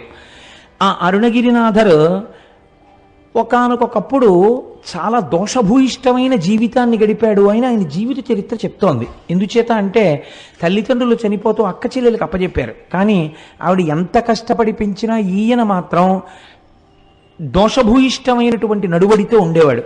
ఆవిడ ఒకసారి నిలదీస్తే తన చరిత్ర గురించి తనకే అసహ్యం వేసి చచ్చిపోతానని ఆయన వెళ్ళి అరుణాచలంలో ఉన్నటువంటి ఒక సుబ్రహ్మణ్యేశ్వర స్వామి వారి గోపురం ఎక్కి ఆ గోపురం మించి కిందకి దూకాడు. కిందకి దూకితే సుబ్రహ్మణ్యేశ్వర స్వామి వారు తన రెండు చేతులతో పట్టుకున్నారు. సుబ్రహ్మణ్యేశ్వర స్వామి వారి యొక్క స్పర్శ కలగడం చేత ఆయన మహాకవి అయిపోయాడు. అరుణగిరినాథర్ అన్న పేరుతో సుబ్రహ్మణ్యుడి మీద ఎన్నో తమిళానికి సంబంధించినటువంటి పత్రికల్ని రచించాడు. అలా రచిస్తే ఆ దేశపు రాజు ప్రౌఢదేవరాయలు అని ఉండేవారు. ఆయన చాలా సంతోషించి తన ఆస్థానంలో ఒక జైనుడు ప్రధానంగా ఉండేవాడు కవిగా. ఆయన్ని సంబంధం అనబడే ఆయన్ని తీసేసి ఈయన్ని ఆస్థాన కవిగా తీసుకున్నాడు. ఈయన పరమభక్తుడై రోజు సుబ్రహ్మణ్యేశ్వర స్వామి వారి దర్శనం చేసి అర్చన చేస్తుండేవాడు. ఈ రాజు ఒక రోజున కోరిక కోరాడు, నాకు సుబ్రహ్మణ్య దర్శనం చేయిస్తావా అని. ఈయన అన్నారు, అరుణగిరినాథర్ సుబ్రహ్మణ్య దర్శనం చేయిస్తాను, కానీ ఆయన తేజస్సుని చూస్తే నీ కళ్ళు మాడిపోతాయి, చూడలేవు అన్నారు. మాడిపోయినా పర్వాలేదు, ఒక్కసారి నాకు ఆయన్ని చూడాలనుంది అన్నాడు. అయితే రా చూపిస్తానన్నారు. సుబ్రహ్మణ్యుడి దేవాలయంలోకి తీసుకెళ్ళి ప్రార్థన చేశారు. ఒక స్తంభంలోంచి సుబ్రహ్మణ్యేశ్వర స్వామి వారి యొక్క మూర్తి దర్శనమైంది. ఇప్పటికీ సుబ్రహ్మణ్యేశ్వర స్వామి ఉత్సవాలన్నీ అక్కడ దీపం పెట్టే ప్రారంభిస్తారు. అమ్మవారికి గాజులు తొడిగే ఉత్సవం కూడా ఆ స్తంభం దగ్గరే చేస్తారు. ఆ స్తంభంలోంచి స్వామి కనపడగానే ప్రౌఢదేవరాయలు చూశాడు, కానీ రెండు కళ్ళు మాడిపోయాయి. అప్పుడు మళ్ళీ అరుణగిరినాథర్ ప్రార్థన చేశాడు సుబ్రహ్మణ్యుణ్ణి, రాజుకి కళ్ళిమ్మని. మళ్ళీ ప్రౌఢదేవరాయల వారికి కళ్ళొచ్చాయి. రాయలవారు ఈయన పట్ల ఎంతో ప్రేమ పెంచుకుని జీవితం గడుపుతున్నాడు. ఇది నచ్చలేదు సంబంధానికి. ఈయనకి పరకాయ ప్రవేశం అలవాటు ఉండేది అరుణగిరినాథర్కి. ఈయన ప్రతిరోజు వచ్చి రహస్యంగా ఒక మూల తన శరీరాన్ని వదిలిపెట్టి ఒక చిలుకలోకి ప్రవేశించి దూరంగా వెళ్ళి పారిజాత పుష్పాలు తెచ్చి సుబ్రహ్మణ్యేశ్వర స్వామికి ఆరాధన చేసేవారు. సంబంధంకి ఈ విషయం తెలిసింది, శరీరాన్ని విడిచిపెట్టి చిలుకలోకి దూరి వెడుతుంటాడు అని. ఒక రోజున ఈయన చిలుకలోకి వెళ్ళగానే ఈయన శరీరాన్ని కాల్చేశాడు. కాల్చేస్తే ఇంకా ఆయన చిలుక రూపంలో ఉండిపోయాడు. ఇప్పటికీ కిలిగోపురం అని పిలుస్తారు, చిలక రూపంలో ఉంటారు ఆ కిలిగోపురం మీద ఉండి. ఇప్పటికీ ఆయన సుబ్రహ్మణ్యేశ్వర స్వామి వారి మీద పాటలు పాడతారు అని జగత్ప్రసిద్ధి. కాబట్టి అరుణాచలం ఒక గొప్ప సుబ్రహ్మణ్య క్షేత్రం. రమణ మహర్షి కూడా సుబ్రహ్మణ్యేశ్వర స్వామి వారి అవతారమే అని పెద్దలు భావన చేస్తారు. కాబట్టి మనం అటువంటి క్షేత్రాన్ని చూసి కుడివైపుకి వెడితే పాతాళలింగము అని ఒక లింగం ఉంటుంది. అక్కడ మెట్లు దిగి లోపలికి వెడితే, ఇప్పుడు రమణుల యొక్క సమయంలో ఆయన శిష్యురాలు ఒక ఆవిడ 1,00,000 రూపాయలు పెట్టి ఆలయాన్ని మళ్ళీ పునర్నిర్మాణం చేశారు. అక్కడ ఒక యోగి యొక్క సమాధి ఉన్నది. ఆ సమాధి మీదనే పాతాళలింగం ఉంటుంది. దాని వెనకాతల ఒకప్పుడు జనసంచారం ఉండేది కాదుట. అక్కడ కూర్చుని రమణ మహర్షి తపస్సు చేస్తుంటే ఆయన తొడల కింద తేళ్లు జర్రిలు చేరి కొరికేస్తే నెత్తురు కారిపోయి అట్టలు కట్టేసింది. అప్పుడే శేషాద్రి స్వామి వారు ఇందులో ఒక బ్రాహ్మణ స్వామి ఉన్నాడు, పైకి తీసుకురమ్మని తీసుకుని వస్తే వాహనశాల వెనకాతల కూర్చుని ఆయన మళ్ళీ తపస్సు చేశారు. తర్వాత ఆ క్షేత్రమునకు సంబంధించిన వృక్షం ఆలయానికి మీరు కొంచెం దక్షిణంగా విడితే కనపడుతుంది, ఇప్ప చెట్టు. ఆ ఇప్ప చెట్టు కింద కూర్చుని కొన్నాళ్ళు తపస్సు చేశారు. కాబట్టి అటువంటి పరమపావనమైనటువంటి క్షేత్రము, అటువంటి పరమపావనమైన పాతాళ శివలింగం ఉన్నటువంటి గుడి. ఇది దాటగానే మీకు ఒక పెద్ద నంది కనపడుతుంది, అది మొదటి నంది అంటారు. ఆ నందిని చూసే మనం అందరం మొదటే పరవశించిపోయింది. ఆ మొదటి నందిని దాటి మీరు ప్రాకారంలోకి వెళ్ళినట్టయితే ఎదురుకుండా అరుణాచలేశ్వరుడు యొక్క దేవాలయం కనపడుతుంది. మూడో ప్రాకారం దాటగానే అరుణాచలేశ్వరుడు యొక్క శివలింగము చాలా పెద్ద శివలింగముగానే ఉంటుంది. చిత్రం ఏమిటంటే రమణులకు చాలా భక్తులైనటువంటి వారు కొంతమంది అరుణాచలేశ్వర దర్శనం చేసుకోవడానికి గుళ్ళోకి వెళ్ళినప్పుడు శివలింగము యొక్క స్థానములో గొంతుకు కూర్చున్నటువంటి రమణుల యొక్క దర్శనమైంది చాలామందికి. ఆయనకి అభేదమైనటువంటి స్థితిని చేరుకున్నారు. కాబట్టి అటువంటి అరుణగిరీశ్వరుడు అయ్యవారికి ఇటువే పక్కన అపీత కుచాంబ అన్న పేరుతో పార్వతీదేవి ఉంటుంది.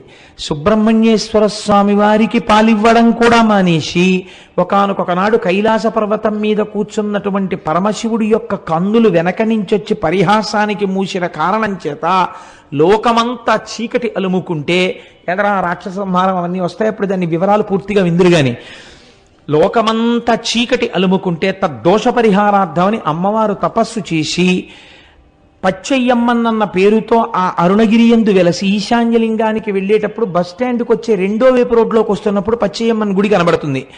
అక్కడ ఆ అమ్మవారు లక్ష్మీదేవితో, సరస్వతీదేవితో, ఇంద్రాణితో, ఇతరులతో కలిసి ప్రదక్షిణం చేస్తున్నప్పుడు పశ్చిమ దిక్కుకి వచ్చేసరికి పరమశివుడు తన వామార్ధ భాగములోనికి అమ్మవారిని సుబ్రహ్మణ్యుడికి పాలివ్వడం కూడా మాని నా కోసమని వచ్చిన దానివి కాబట్టి నిన్ను అపితకుచాంబ అని పిలుస్తున్నాను అని ఆ పేరుతో అమ్మవారిని తన శరీరార్థ భాగమునందు స్వీకరించాడు. కాబట్టి అమ్మవారు ఆ పేరుతో అర్చన చేయబడుతూ ఉంటుంది. అక్కడ చిత్రం ఏమిటో తెలుసా అండి, కావ్యకంఠ గణపతి ముని ఉమాసహస్రం చెయ్యాలనుకున్నారు. ఉమాసహస్ర రచనకి ముందు ఆయన మొట్టమొదట అరుణాచల ప్రవేశం జరగగానే ఆయనతో వచ్చినటువంటి తమ్ముడు ఒకడున్నాడు.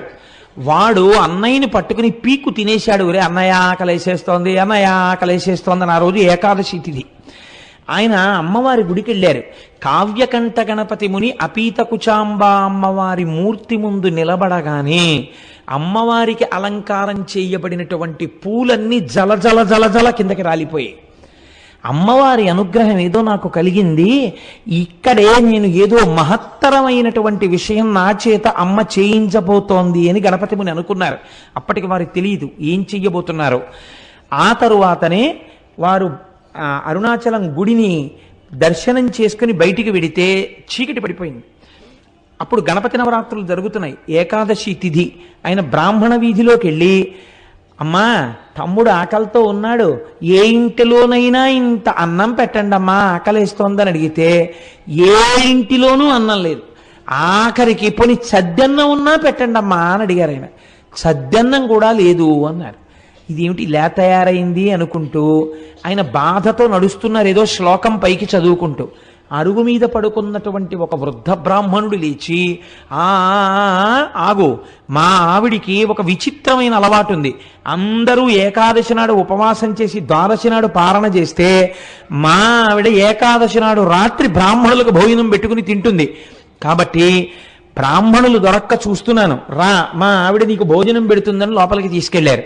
తీసుకెడితే వారు తడిబట్ట కట్టుకుని బట్ట పిండుకుని తడిబట్ట కట్టుకుని మడిబట్ట కోసం లోపలికి వచ్చేటప్పటికి ముగ్గులు వేసి తులసి చెట్టు దగ్గర దీపాలు వెలిగించి ఒక తల్లి మెరిసిపోతూ విజయవాడ కనకదుర్గమ్మలా ఇంత బొట్టు పెట్టుకుని ఎర్రటి చేతులతో షడ్రశోపేతమైన భోజనం పెడితే ఏకాదశని కూడా చూడకుండా ఆ తల్లి యొక్క ఆ వ్రతానికి నేను ఉపయోగపడ్డాను అంతే చాలని మహానుభావుడు కావ్యకంఠ గణపతి ముని తమ్ముడు కడుపు నిండా తిన్న తర్వాత ఆవిడ ఇద్దరికీ తాంబూలం ఇచ్చి, ఇంత రాత్రి ఎక్కడికి పోతారో అరుగు మీద పడుకోండి అంది.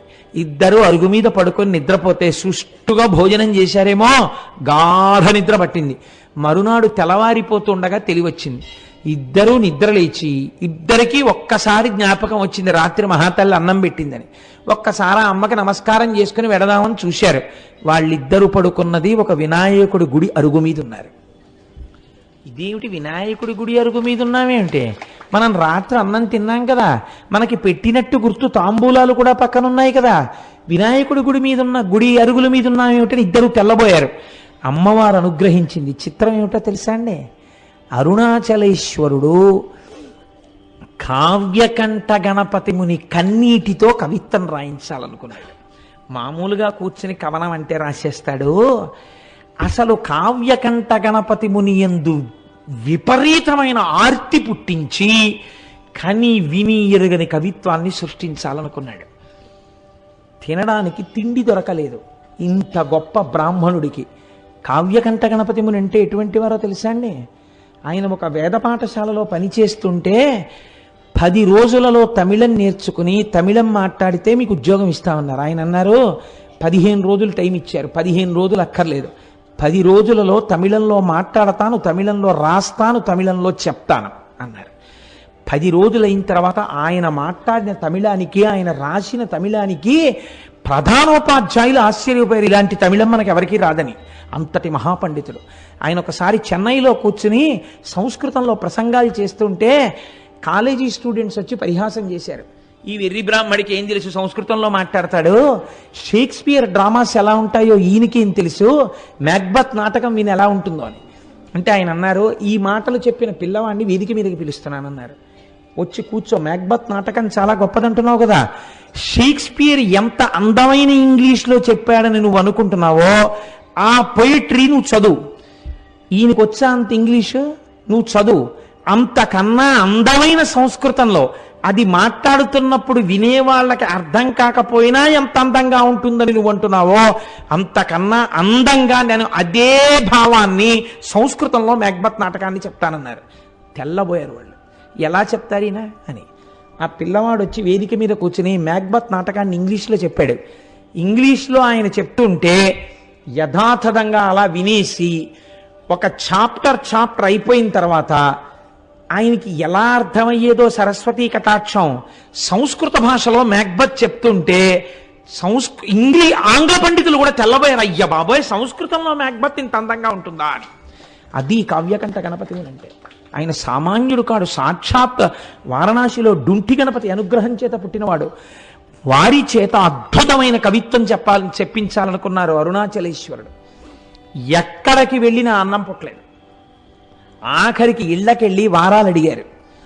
పోని వారానికి ఒక్కరోజు మీ ఇంటికి వస్తాం, భోజనం పెడతారా అని. వారానికి 4 రోజులు దొరికాయి. అది కూడా రోజు విడిచి రోజు రాత్రిళ్ళు భోజనం దొరకలేదు. తమ్ముడు ఆకలో ఆకలో అని ఏడుపు. అరటిపళ్ళు కొనుక్కోరా అని డబ్బివ్వడానికి కానీ లేదు ఆయన దగ్గరే.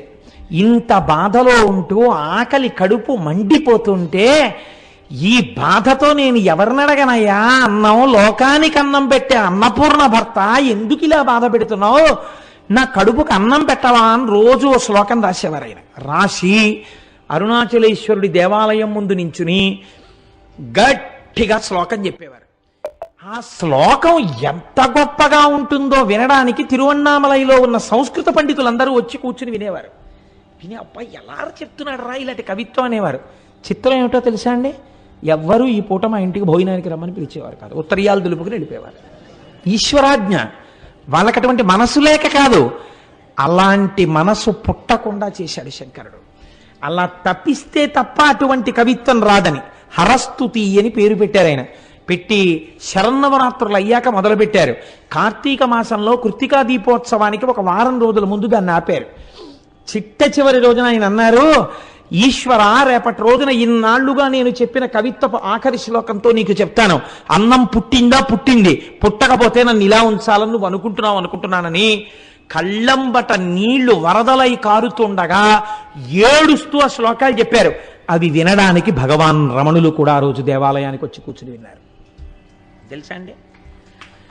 ఎప్పుడు ఎక్కడా నిలబడనటువంటి వారు తాను బ్రహ్మజ్ఞానినని తెలిసిపోతుందని ఒక పిచ్చి వాళ్ళ తిరిగే శేషాద్రి స్వామి గుళ్ళోకి వచ్చి కూర్చుని అరుగెక్కి కూర్చుని విన్నారు ఆ రోజున ఆ కవిత్వాన్ని. ఇటువంటి బ్రహ్మజ్ఞానులు శ్రోతలై ఉండగా కన్నులంబట నీరు కారిపోతూ ఆ హరవిలాసాన్ని ఆయన శ్లోకాలన్నింటినీ చెప్పారు. చెప్పి ఏడిస్తే ఆఖరి శ్లోకం అయిపోగానే ఊళ్ళో ఉన్న పెద్దలందరూ వచ్చి ఆయన కాళ్ళ మీద పడిపోయారు. పడిపోయి, మహానుభావ, మీరు మా ఊరు విడిచిపెట్టి వెళ్ళడానికి వీల్లేదు, మా ఊళ్ళో ఉన్న సంస్కృత పాఠశాలలో మీకు అధ్యాపక వృత్తిని ఇస్తున్నాం, మీరు హాయిగా ఇక్కడుండి గొప్ప జీతం ఇస్తాం, మీరు వంట చేసుకోకండి, మా ఇంటికి రండి అంటే మా ఇంటికి రండి అని వీళ్ళకి పిలిచి భోజనాలు పెట్టేవారు. ఇటువంటి కవిత్వం మళ్ళీ రాదు, ఇటువంటి మహాపురుషుడు పుట్టడనేమో. ఈశ్వరుడు అక్కడ అరుణాచలేశ్వరుడు ఆయన చేత ఇది రచింపచేశాడు. 2, అదే కావ్యకంఠ గణపతి ముని మామిడి గుహ అని ఒక గుహ ఉంది. ఆ గుహలో కూర్చుని ఉమాసహస్రం రాస్తున్నారు. ఉమాసహస్రం రాస్తున్నప్పుడు ఆయన ప్రతిజ్ఞ చేశారు, ఇన్ని రోజులలో నేను ఇది పూర్తి చేసేస్తాను అని. ఇంకొక 2-3 రోజుల్లో పూర్తి చెయ్యాలి, 1000 శ్లోకాలు పూర్తి చెయ్యాలి. ఈలోగా వేలు మీద గోరు చుట్టు పుట్టింది. ఎంత బాధ, ఎంత నొప్పి అంటే పెన్ను కూడా ఇలా పట్టుకోలేని స్థితి వచ్చింది. ఆ రోజు రాత్రి పడుకున్నారు. నాకు జ్ఞాపకం ఉన్నంత వరకు నేను ఎప్పుడో చదివాను నాయన పుస్తకాన్ని, ఆ పుణ్యకోటి అనుకుంటాను ఆ వైద్యుడి పేరు. ఆ పుణ్యకోటి అనబడేటటువంటి వైద్యుడి కలలోకి పరమశివుడు వెళ్ళాడు. ఓరి, నువ్వు పడుకోవడం కాదు, నీ పేరుకు తగిన వాడవు కా, అదిగో అక్కడ అరుణాచలంలో చూత గుహలో ఒక మహానుభావుడు ఉమాసహస్రం రచిద్దామని కూర్చున్నాడు. వేలు మీద గోరు చుట్టు పుట్టింది, శస్త్రచికిత్స చేసి ఆయనకి స్వస్థత కలిగించని చెప్పాడు. వెతుక్కుంటూ డాక్టర్ గారు ఆపరేషన్ ఎక్విప్మెంట్ అంతా పట్టుకుని కొండెక్కాడు. ఎక్కితే అక్కడ కావ్యకంఠ గణపతి ముని కనపడ్డారు గోరు చుట్టుతో. ఆ గోరు చుట్టు ఆపరేట్ చేశారు. ఇవాళ రాత్రి 12 గంటలకి పూర్తవ్వాలి ఉమాసహస్రం. రాత్రి 9 ఎంతో అయింది. భగవాన్ రమణులు వచ్చి గుహలో ఒక అరుగు మీద పడుకున్నారు. మొదలు పెడితే కవనం వెళ్ళిందండి ఆయనకి 1000 శ్లోకాల ఉమాసహస్రం. ఖచ్చితంగా 12 గంటలు అవడానికి కొద్ది నిమిషాల ముందు ఉమాసహస్రం పూర్తయిపోయింది. పూర్తయిపోయిన తర్వాత రమణ మహర్షి లేచారు. లేచి, రాసుకున్నావా చెప్పిందంతా అన్నారు.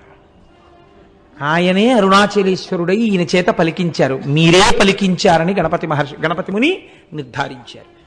అటువంటి అద్భుతమైన సంఘటనలకు ఆలవాలము అరుణాచలము. మనం ఇవాళ చదువుకుంటున్నటువంటి వాటిల్లో చాలా భాగాలు అరుణాచలేశ్వరుడు, అపీత కుచాంబ వాళ్ళిద్దరి అనుగ్రహంగా వెలగించబడ్డవే. ఆ సుబ్రహ్మణ్యేశ్వర స్వామి వారి యొక్క అనుగ్రహంగా వెలగించబడ్డవే. ఇక్కడే ఒక చిత్రమైనటువంటి విషయాన్ని మీకు విజ్ఞాపన చేస్తాను నేను. వల్లాల గోపురము అని చెప్పి ఒక పెద్ద గోపురం, ఆ లోపలికి వెడుతున్నప్పుడు తూర్పు గోపురాన్ని దాటి వెళుతున్నప్పుడే ఈ కిలి గోపురం అందులోనే ఉంది అని ఈ చిలుక. ఆ రాజు ఈ వల్లాల రాజు గారికి మల్లమాదేవి, సల్లమాదేవి అని 2 భార్యలు. వీళ్ళ పేర్లు మారే. కొన్ని పుస్తకాల్లో ఈవిడ పేరుని ఇంకొక పేర్లు కూడా వాడారు. కానీ పేరుతో నిమిత్తం ఏముంది, మనకి కావలసినది విషయము యథార్థమైనది కావాలి. ఎక్కడ చెప్పిన వృత్తాంతం మాత్రం ఇదే చెప్పారు. ఈయనకి బిడ్డలు లేరు, బిడ్డలు కావాలని పరితపిస్తున్నాడు. అరుణాచలేశ్వరుణ్ణి సేవిస్తున్నాడు. అరుణాచలాన్ని తిరువణ్ణామలైని రాజధానిగా చేసుకుని పరిపాలన చేస్తున్నాడు. అటువంటి సమయంలో ఒకరోజు కైలాసం నుంచి పరమశివుడు తన ప్రమదగణాలన్నింటితో కలిసి వచ్చాడు. అందరూ జంగమ వేషాలు వేసుకున్నారు. జంగమలందరూ తిరువణ్ణామలైలో ఉన్నటువంటి కళావంతుల ప్రతి స్త్రీ ఇంటికి వెళ్ళిపోయారు. పరమశివుడుగా ఉన్న జంగమ వెళ్ళడానికి ఒక్క కళావంతుల ఇల్లు, ఒక్క నృత్య కళాకారుని ఉన్న ఇల్లు లేకుండా చేశాడు. రాజు దగ్గరికి వస్తే రాజు జంగమదేవరిని చూసి సంతోషపడిపోయి కాళ్ళ మీద పడ్డాడు. మహానుభావా, నీకేం కావాలన్నాడు. నాకొక్క కళావంతుల స్త్రీ కావాలి, నృత్యం చెయ్యాలన్నాడు. రాజు వెళ్ళి వెతికి తెమ్మన్నాడు. ఎవ్వరూ లేరు. ప్రమథగణాలు ఆ జంగమదేవర్ల వేషంలో అప్పటికే ప్రతి ఇల్లు చేరిపోయారు. అయ్య బాబోయ్, వచ్చినవాడు జంగమదేవర శివస్వరూపుడు, నా మాట ఎలా నిలబడుతుందని బెంగెట్టుకున్నాడు. ఆయన 2వ భార్య సల్లమాదేవి అంది, మీరు బెంగపెట్టుకోకండి, మీ మాట నిజం చేస్తాను, నేనే వెళ్ళి ఆ జంగమ ముందు నాట్యం చేస్తానంది. రాజు వెళ్ళమన్నాడు. జంగమ నిద్రపోతున్నాడు. ఈవిడ వెళ్ళేటప్పటికి ఆవిడ, నేను నీ దగ్గర నాట్యం చెయ్యడానికి వచ్చాను అని తాకి లేపింది. ఇలా ముట్టుకోగానే ఒక పసిపిల్లవాడై ఆ తల్పం మీద ఏడ్చాడు శంకరుడు. ఆ పిల్లవాడిని చేతులతో పట్టుకుని, మనకి బిడ్డలు లేనటువంటి బాధని ఈశ్వరుడు తీర్చాడు మహారాజా, ఈ పిల్లవాడిని స్వీకరించండి అని చేతిలో పెట్టింది. చేతిలో ఆ పిల్లవాడిని ఇలా పట్టుకుంది. ఇలా పట్టుకునేటప్పటికి ఆ పిల్లవాడు అంతర్ధానం అయిపోయాడు. అంతర్ధానమై శంకరుడిగా ప్రత్యక్షమై, నాకు నా శరీరము పడిపోయిన తరువాత తదనంతరము కర్మ చెయ్యడానికి కొడుకు లేడని బెంగ పెట్టుకుని నన్ను ఉపాసన చేశావు కనుక నీకు ప్రతి సంవత్సరం నీ శరీరము పడిపోయిన తరువాత నీకు తద్దినాన్ని నేనే పెడతాను అని ప్రతిజ్ఞ చేశాడు. మీకు చిత్రం ఏమిటో తెలుసా అండి? మాఘమాసంలోనే ఆయన తిథి వస్తుంది, వల్లాలరాజు గారి తిథి. వచ్చిన రోజు తెల్లవారుజామునే గుడి తలుపులు తెరిచి అర్చకులు వెళ్ళి చెప్తారు, ఇవాళ మీ తండ్రి గారైనటువంటి వల్లాలరాజు గారు శరీరాన్ని విడిచిపెట్టినటువంటి తిథి. ఆయన కుమారుడైన అరుణాచలేశ్వర నీవివాళ తద్దినం పెట్టాలి అని చెప్తారు. చెప్పి స్వామివారు అమ్మవారు పల్లకి ఎక్కి తద్దినం పెట్టడం కోసమని పల్లికొండ పట్టు అనబడేటటువంటి ఆయన శరీరం అంత్యేష్టి జరిగినటువంటి ప్రదేశానికి పల్లకి వెడుతుంది. పల్లికొండ పట్టు అనబడేటటువంటి ఆయన శరీరం అంత్యేష్టి జరిగినటువంటి ప్రదేశానికి పల్లకి వెడుతుంది. వెళ్ళి పీటల మీద అరుణాచలేశ్వరుడు అపీత కుచాంబ కూర్చుని తద్దిన కార్యాన్నంతటినీ వీళ్లే పెడతారు. వీళ్లే పెట్టి స్నానం చేసి మళ్ళీ గుళ్ళోకి ప్రవేశించొచ్చి కూర్చుంటాడు. ఇప్పటికిట 600 సంవత్సరాలైందిట. 600 సంవత్సరాలుగా వల్లాల మహారాజు గారికి తద్దినం అరుణాచలేశ్వరుడే పెడుతున్నాడు. ఎంతటి కారుణ్యమూర్తో చూడండి. ఎక్కడైనా విన్నామా మనం ఇటువంటి సంఘటన? ఇది అరుణాచలం అంటే. అరుణాచలం వెళ్ళి అడగని వాడిది పాపం తప్ప, అరుణాచలం వెళ్ళినటువంటి వాడికి, అరుణాచలం వెళ్ళి ప్రార్థించిన వాడికి ఇక్కడండి చాలా మంది సిద్ధ పురుషులు ఈ కొండల్లో తపస్సు చేస్తూ ఉంటారు. వాళ్ళు ఒక్కొక్కసారి రాత్రి వేళ కొండ దిగుతారు అన్నారు. నేను లోపల అనుకున్నాను, నిజంగా అలా సిద్ధ పురుషులు వస్తూ ఉంటారా అనుకున్నాను. ఒక ఆయన అప్పుడే అంత డొంకల్లోంచి వస్తున్నారు. వస్తుంటే ఈయన గభాలను ఆపి వస్తున్నారా అని ఆయనతో ఏదో మాట్లాడారు. నేను తెల్లబోయిన సన్నివేశం మీకు చెప్తున్నాను. గోళ్ళు ఇలా తిరిగిపోయి ఉన్నాయి. అంటే ఎన్నేళ్ల నుంచి జరుగుతోందో ఆ తపస్సు అయింది. ఆయన బహుశా మాకు దర్శనం ఇవ్వడానికే కిందకొచ్చి ఉండి ఉండవచ్చు. మీకు నేను ఒక పరమ సత్యాన్ని ఇవాళ చెప్తున్నాను, మీరు నన్ను నమ్మండి, నేను అబద్ధం చెప్పట్లేదు. ఆయన నన్ను అడిగారు, పక్కకి తీసుకెళ్లి గిరి ప్రదక్షిణం చేస్తుంటే మీకు రమణులంటే ఎందుకు ఇంత ఇష్టం అని అడిగారు. అడిగితే ఏదో పుస్తకాల్లో చదువుకున్న 4 మాటలు తప్ప నాకేం తెలుసు కనుక ఆ రమణులు అంతటి వారండి, రమణులు ఇంతటి వారండి, నేను చదువుకున్నవేవో చెప్పా. ఆయన అన్నారు, మీరు చెప్పినట్టు రమణుడు గొప్పవాడు కాడు. రమణుడు దొంగ, రమణుడు స్వార్థపరుడు.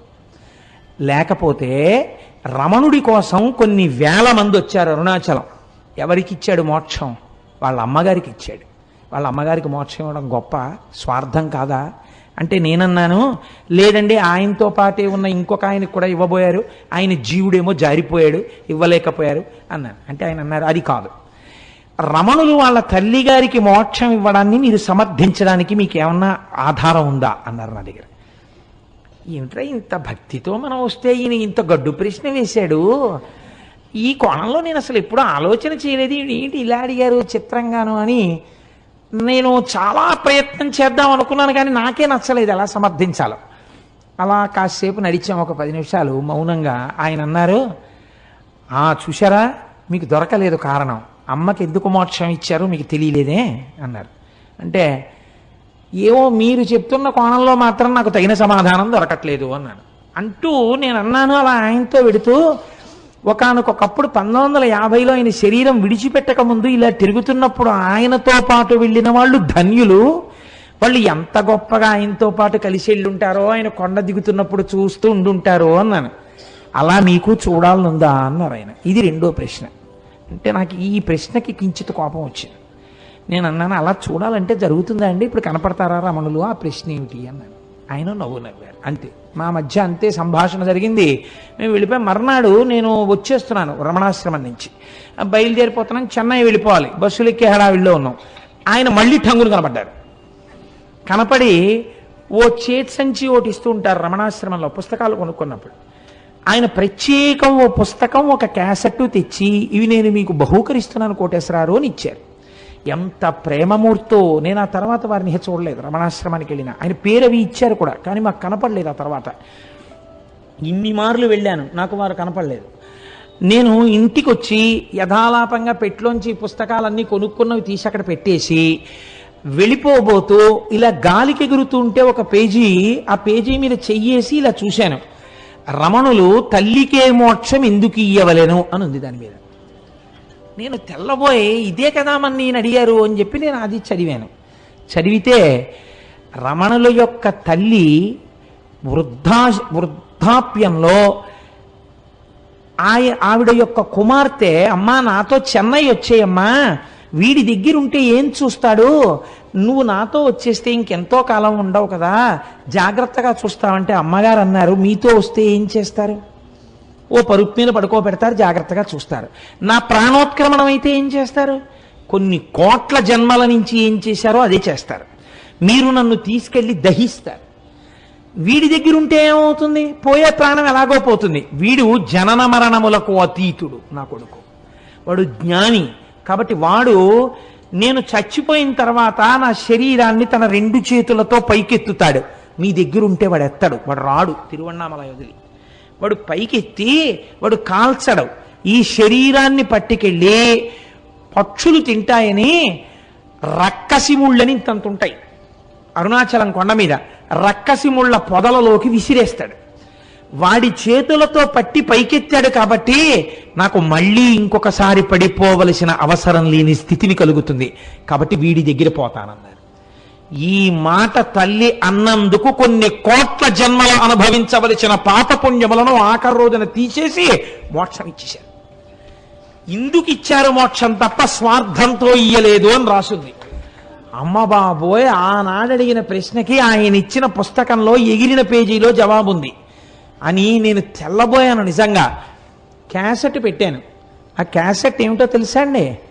రమణులు కొండ మించి దిగుతున్నట్టు, ఎక్కడో ఒక అరుగు మీద కూర్చుంటున్నట్టు, అందరితో మాట్లాడుతున్నట్టు, బాగా వృద్ధులైపోయిన తర్వాత ఇలా చేతులు వేసి వెడుతున్నట్టు, ఆఖరణ వారి శరీరం విడిచిపెట్టేసినప్పుడు అందరూ ఒక్కసారి లేచి నిలబడినట్టు ఉన్న క్యాసెట్. చిత్రం ఏంటంటే నా స్నేహితుడు ఒకడు ఉన్నాడు, అతను ఎప్పుడు పెడతాడు అరుణాచలం. అతని దగ్గర కూడా లేని ఆ క్యాసెట్ ఆ రోజుల్లో నాకు ఎలా వచ్చిందో నాకే తెలియదు. నేను ఆ రోజుల్లో ఆ క్యాసెట్ని, అది నా దగ్గర లేదు అని అతను నాకు చెప్తే నేను తెల్లబోయి, ఇది నాకు బహుశः భగవానులే అనుగ్రహించుంటారు, ఇది స్వార్థంతో నేను ఒక్కడిని అనుభవించకూడదని మా ఇంట్లో కలర్ టీవీ పెట్టి రమణుల జన్మదినోత్సవం నాడు ఎందరినో పిలిచి బ్యాచ్లుగా చూపిస్తే ఒక మహాతల్లి నాకు సలహా ఇచ్చారు, ఇలా మీ ఇంట్లో ఎన్ని బ్యాచ్లకి పెడతారండి, చిన్న అపార్ట్మెంట్లో శివాలయానికి తీసుకొచ్చి క్యాసెట్ వేయండి అన్నారు. అంటే టీవీ అప్పట్లో ఇవే డివిడీలు లేవు, వీసీఆర్లే. వీసీఆర్ పట్టుకుని వెళ్ళి వెంకటనగర్ శివాలయంలో ఆ క్యాసెట్ని నేను ప్లే చేసి కొన్ని 100 మంది చూసి సంతోషించారు. బహుశా మీరు చూశారేమోనమ్మా. అన్నీ అరుణాచల అనుబంధంలో రమణులే అనుగ్రహించారు కనుక ఆ అరుణాచలం అంత గొప్ప అరుణాచలం. కాబట్టి చూడండి, నేను మీకు ఎందుకు విజ్ఞాపన చేశాను అంటే ఆ కొండ సామాన్యమైన కొండ కాదు. శివుడు అక్కడ స్థూల రూపంలో ఉన్నాడు, కొండగా ఉన్నాడు. అరుణాచలేశ్వరుడి దేవాలయమునందు శివలింగముగా ఉన్నాడు. అదే అరుణాచలం కొండ మీద దక్షిణామూర్తిగా ఇప్పటికీ ఉన్నాడు అని అంటారు. ఎందుచేతనంటే రమణ మహర్షి యొక్క శిష్యులు కొంతమంది అరుణాచలం కొండ శిఖరాల మీద కూర్చుని ఉండగా వారికి పాదుకలతో నడిచి వెళ్ళిపోతున్నటువంటి చప్పుళ్ళు వినపడ్డాయి. నేను సరిగ్గా చెప్పి ఉంటే పేరు, నాకు ఆ పేర్లు సరిగ్గా జ్ఞాపకం ఉండవు. చాడ్విక్ అనుకుంటాను, రమణుల శిష్యుల్లో ఒక ఆవిడ. ఆ చాడ్విక్ అన్నావిడ ఒకసారి అరుణాచల శిఖరం మీద కూర్చుని ఒక ప్రదోష వేళలో ఆవిడేదో సంగీతంలో ఉండేటటువంటి రాగముల గురించి ఆలోచన చేస్తూ పాడుకుంటున్నారు. అపురూపమైనటువంటి రాగాలు కొన్ని ఆ అరుణాచలం కొండల్లోంచి వినపడ్డాయి. ప్రదోష వేళలో పరమశివుడు దక్షిణామూర్తిగా కూర్చుని ఉంటే ఇప్పటికీ అనేక మంది దేవకాంతలు ఆయన ముందు నాట్యం చేస్తూ గంధర్వగానం చేస్తారని ఆవిడ దాన్ని రికార్డ్ చేశారు. రికార్డింగ్ అవుతుందేమో చూద్దామని రికార్డ్ చేసి రమణుల దగ్గరికి తీసుకొచ్చి ఆన్ చేస్తే ఆ సంగీతం రికార్డ్ అయి వినపడింది. అరుణాచలం అంత పరమపావనమైన క్షేత్రం. ఇప్పటికీ దక్షిణామూర్తిగా పరమశివుడు దాని యందు కూర్చుని ఉన్నాడు అని పెద్దలు విశ్వసిస్తారు. అటువంటి అరుణాచలంలో ఒక మహానుభావుడు కాళ్ళు ఉండేవి కావు ఆయనకి.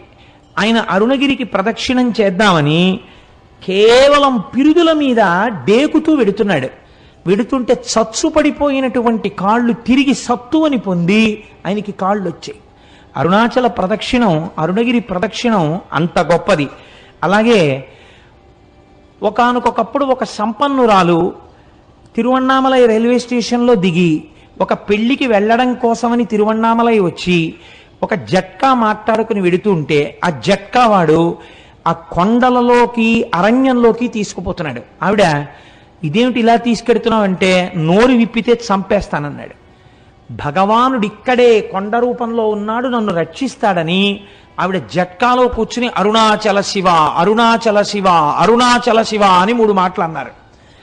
అనేసరికి పెద్ద పెద్ద టార్చ్ లైట్లు వేసుకుని ఒక పోలీస్ టీం ఒకటి అక్కడికి వచ్చింది.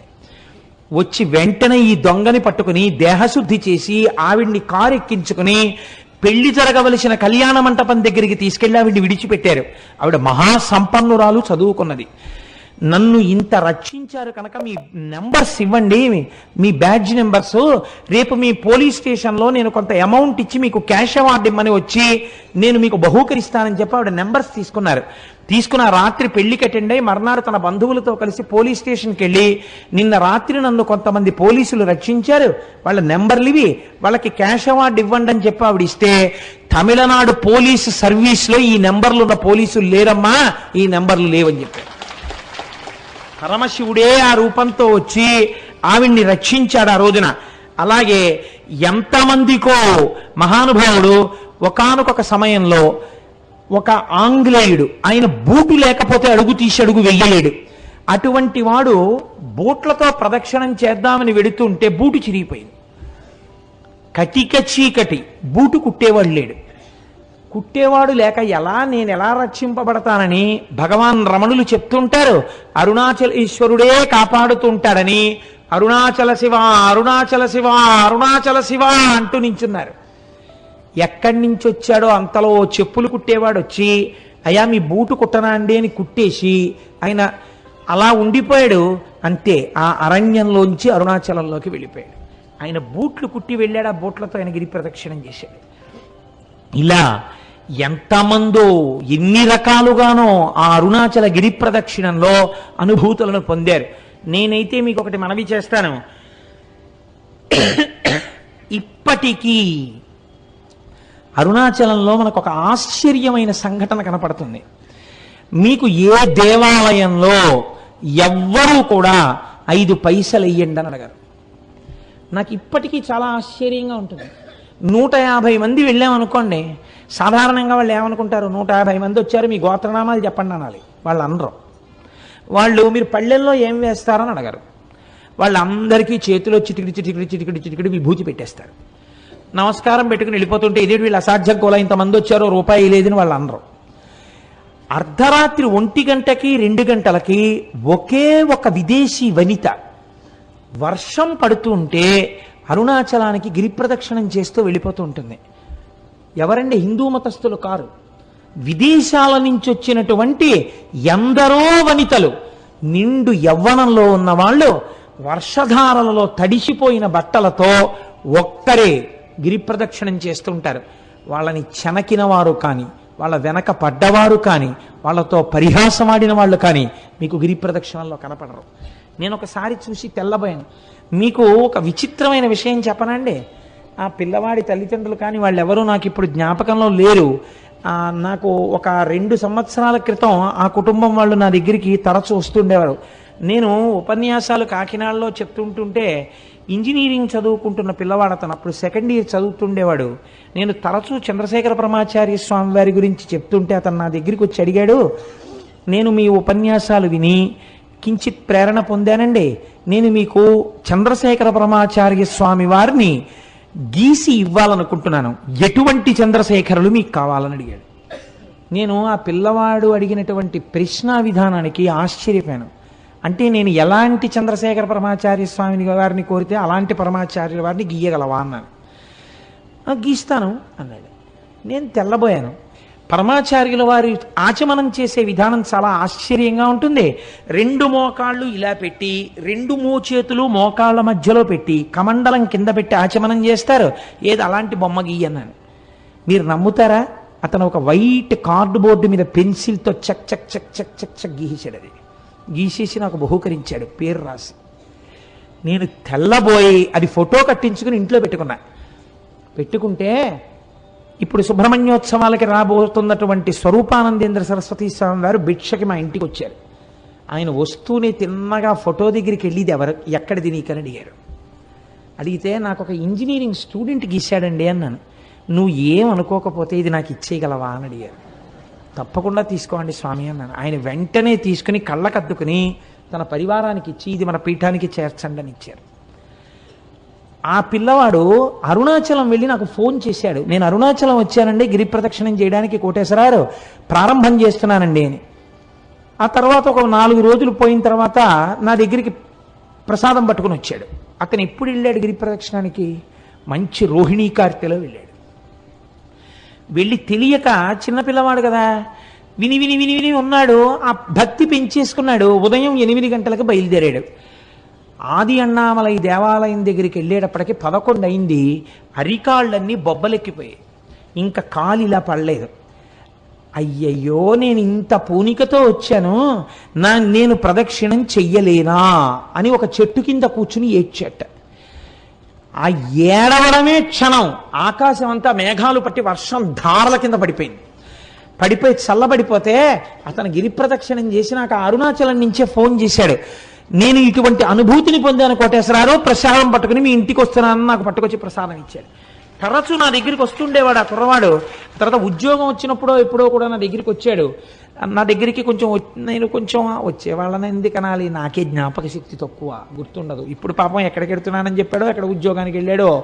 కానీ ఆ పిల్లవాడు ఈ పరమ పవిత్రమైన ఉపన్యాసంలో స్మరింపబడడం చేత అతని జీవితం ఈశ్వరుడి చేత చక్కగా రక్షింపబడుతుంది. కాబట్టి నాకే ఎన్ని అనుభూతులు ఉన్నాయో అరుణాచల క్షేత్రంతో, తెలిసి తెలియని నేను 4 మాటలు చెప్తే నమ్మి వెళ్ళిన వాళ్ళు భక్తి వలన ఎన్ని అనుభవించారో అరుణాచల క్షేత్రంలో.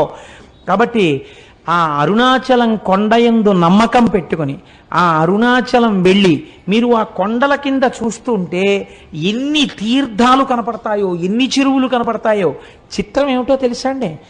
అరుణాచలానికి ఏకకాలమునందు ప్రదక్షిణం చేస్తారు. ఒకటి మనుష్యులు చేసేటప్పుడు ఎడం పక్క నుంచి తిరుగుతారు, దేవతలు కుడి పక్క నుంచి వస్తారు. అందుకే వాళ్ళకి అడ్డెళ్ళకూడదని చెప్పి అటు వెళ్ళొద్దంటారు కుడి పక్కకి. అరుణాచలగిరి ప్రదక్షిణం చేసేటప్పుడు ఒక మర్యాద ఉంది శాస్త్రంలో. మనంతట మనం తగిలించుకోవడం కాదు, నిజంగా బాగా భక్తులని రుజువేమి అంటే ఎవరైనా గిరి ప్రదక్షిణం చేసేటటువంటి సమయంలో ఒకవేళ వాళ్ళ యొక్క కాలు కానీ వేలు కానీ తెగి నెత్తురు ధారలై కారితే వేరొకరికి ఆ రక్తధారని ఆపే అధికారము లేదు. సాక్షాత్తు శ్రీ మహాలక్ష్మి వచ్చి తన పట్టు చీర కొంగు చింపి కట్టుకడుతుంది అని ప్రమాణం. ఇది ఎంత నిజమో మీకు చెప్పనండి. నేను ముత్యాల సత్యనారాయణ ఇక్కడే ఉన్నాడు. మాతో హరిప్రసాద్ గారని డిప్యూటీ మేనేజర్ క్వాలిటీ కంట్రోల్ చేశారు మాకు. ఇవాళ పొద్దున్న కూడా వారు నాకు ఫంక్షన్లో కనబడ్డారు. ఆయన మొదటిసారి అరుణాచలం వచ్చారు భార్యతో. గిరి ప్రదక్షిణం చేస్తున్నారు. ఇలా గుళ్ళోకి వెళ్ళి బయటికి వస్తున్నారు ప్రదక్షిణం చేస్తూ. అసలు అంత దెబ్బ తగిలే అవకాశం లేదండి. ఆవిడ కాలు వేలు తెగిపోయి నెత్తురు కారింది, పెద్ద మడుగు కట్టింది, అంత రక్తం కారిపోయింది. అడిగిపోయాడు మా సత్యనారాయణ. ఇప్పటికీ నాతో మొన్న కూడా అన్నారు హరిప్రసాద్ గారు, నేను ఆశ్చర్యపోయేది కోటేశ్వరరావు, నేను ఎంత ప్రయత్నించాగని రక్తధార ఎక్కడి నుంచి వచ్చిందోనయ్యా. ఓ పెద్ద ఆవిడ కొండలోంచి పరుగున వచ్చింది, వచ్చి ఉండవా అని గబక్క లోపలికెళ్ళి 4 ఆకులు తీసుకొచ్చి పిండిందిలాగా, పిండగానే రక్తం కట్టేసింది. ఆవిడ కొంగు చింపి కట్టు కట్టిందయా. ఎంత ఆశ్చర్యం. డాక్టర్ దగ్గరికి తీసుకెళ్తే కలేరు తగ్గిపోతుందని కుట్లేసాడు, తగ్గిపోయింది. ఎంత చిత్రం అన్నారు. అయ్యా మీరు ఎంత భాగ్యవంతులండి, మీ ఆవిడ ఎంత పుణ్యం చేసుకున్నదో, ఎంత మంచి హృదయమో. కాకపోతే ఆవిడికి లక్ష్మీదేవే కట్టు కట్టిందండి. మీరు నమ్మండి, స్కాంద పురాణం అలా చెప్పిందని చెప్పాను నేను. ఏం సత్యనారాయణ నిజమా కదా? లేచి నిలబడి చెప్పు, లేకపోతే నేను అబద్ధం చెప్పాను అనుకుంటారు. నిజమా కాదా? కూర్చో. అంటే ఏమిటి నువ్వు వెళ్ళిన ఈ పాటికే నీకు ఇన్ని అనుభవాలు ఉన్నాయని మీరు అనుకుంటారేమో అని నా భయం. ఇవన్నీ నేనేదో చెప్పేస్తున్నాడు, ఏదో చెప్పమన్నాం కదా అని వీడు చాలా చెప్పేస్తున్నాడు రో, ఇంకా నమ్మచ్చా నమ్మకూడదా అనుకుంటారేమో అని నా భయం. అందుకని సాక్ష్యాలు ప్రవేశపెట్టాను. కాబట్టి అరుణాచలం అరుణాచలమే, దాని పేరే అరుణాచలము. అచలము అంటే కదలని వాడు, కదలనిది అంటే జ్ఞానము. ఎప్పుడు తనలో తాను రమించేటటువంటి పరమేశ్వరుడు అచలుడై ఉంటాడు. అరుణము, అరుణము అంటే ఎర్రనిది, కారుణ్యమూర్తి, అపారమైన దయ కలిగినది అమ్మ. అమ్మ అయ్య కలిసినదే అరుణాచలము కొండ. కాదు కాదు, అరుణాచలంలో ఉన్నటువంటి శిలలను తీసుకెళ్ళి అమెరికా సంయుక్త రాష్ట్రాల్లో ఉన్న శాస్త్రవేత్తలు అక్కడ ఉండే ప్రయోగశాలలో పరిశీలన చేశారు. చేస్తే వాళ్ళు అన్నారు, ఈ అరుణాచలం కొండ హిమాలయ పర్వతాల కన్నా ముందుది. ఇది ఎప్పుడు ఏర్పడిందో మేము చెప్పలేం, ఎందుకంటే అగ్నిహోత్రములో తప్తమై ఘనీభవించిన మొదటి రాళ్లే అరుణాచలం కొండ అని వాళ్ళు నిర్ధారణ చేశారు. మేము చెప్పలేం దీని కాలం అని. మన పురాణం ఏమని చెప్పిందో తెలుసా అండి? స్కాందం, ఈ అరుణాచలం కొండ కృతయుగంలో ఇది మట్టిగా లేదు, ఒక పెద్ద జ్యోతి ఇక్కడ ప్రకాశిస్తూ ఉండేది. ఆ జ్యోతికే ప్రదక్షిణం చేసేవారు ఆ రోజుల్లో. ఉపాసనా బలం అలా ఉండేది. కాబట్టి రాను రాను రాను రాను ఉపాసనా బలం తగ్గిపోయి శరీరములు ఆ శక్తిని తట్టుకోలేని స్థితి వస్తే ఒక్కొక్క యుగంలో ఆ కొండ ఒక్కొక్క రూపుని మార్చింది. ఆ కొండ త్రేతాయుగంలో బంగారు పర్వతమైనది. బంగారు పర్వతానికి ప్రదక్షిణం చేసేవారు. ద్వాపరయుగం వచ్చేసరికి ఆ కొండ రాగి పర్వతమైనది. కలియుగం వచ్చేసరికి అది శిలారూపమును దాల్చినది. కానీ ఇప్పటికీ అది యథార్థమునకు అగ్నియే. ఆ అగ్నియే పంచభూతములలో అగ్నిలింగము, లింగము. అందుకే ఒకసారి అరుణాచలంలోకి ప్రవేశిస్తే చాలు, వాళ్ళ ఖాతాలో జీవనయాత్ర యందు అరుణాచల ప్రవేశమునకు పూర్వము, అరుణాచల ప్రవేశమునకు తదుపరి అని రెండుగా విడదీసి శాస్త్రం మర్యాద చూపిస్తుందని మన వాళ్ళు ఆ అరుణాచల గిరి ప్రదక్షిణం గురించి అంత గొప్పగా మాట్లాడతారు. అటువంటి రమణాశ్రమానికి మీరు వెడితే నేను ఒక్క మాట చెప్పకపోతే నేను పొరపాటు చేసిన వాడిని అవుతాను. ఇవాల్టి రోజున మన మత వైభవం ఏమిటో మనకి తెలియదు, మన సనాతన ధర్మము యొక్క గొప్పతనం ఏమిటో మనకి తెలియదు. మన సనాతన ధర్మము గురించి మనం వెలితి మాటలు మాట్లాడతాం, ఏకి మాటలు మాట్లాడతాం. మీరు ఇవాళ రమణాశ్రమానికి వెళ్ళి చూడండి, శేషాద్రి స్వామి కాటేజెస్ దగ్గరికి వెళ్ళి చూడండి. మొన్న వచ్చిన వాళ్ళు చూశారు, ఎంత మంది విదేశీయులో కోట్లు వేసుకుని టైలు కట్టుకుని అరుణాచలం వచ్చిన వాళ్ళు ఆ ప్రాంతాన్ని చూసి పొంగిపోయి ఖద్దరు బట్టలు వేసుకుని, ఖద్దరు పంచెలు కట్టుకుని, ఖద్దరు చొక్కాలు వేసుకుని వాళ్ళు అరుణాచలంలో భోజనాలు అయిపోయిన తర్వాత రమణాశ్రమంలో విస్తళ్ళు కూడా ఎత్తుతూ ఉంటారు. వాళ్ళు ఇంతంత విభూతి రేఖలు ఎట్టుకుని, ఇంతంత బొట్లు పెట్టుకుని, విదేశీ వనితలు చీరలు కట్టుకుని ఉంటారు. కట్టుకుని వాళ్ళు అక్కడ కూర్చుని సంస్కృతంలో ఉన్నటువంటి శ్లోకాల్ని ఇంగ్లీష్లో రాసుకుని అందరి దగ్గర తెలుసుకుని ఉచ్చారణ నేర్చుకుని చక్కగా వాళ్ళు నిజంగా శ్లోకాలు చదువుతుంటే అసలు ఏమి సాధనరా అనిపిస్తుంది.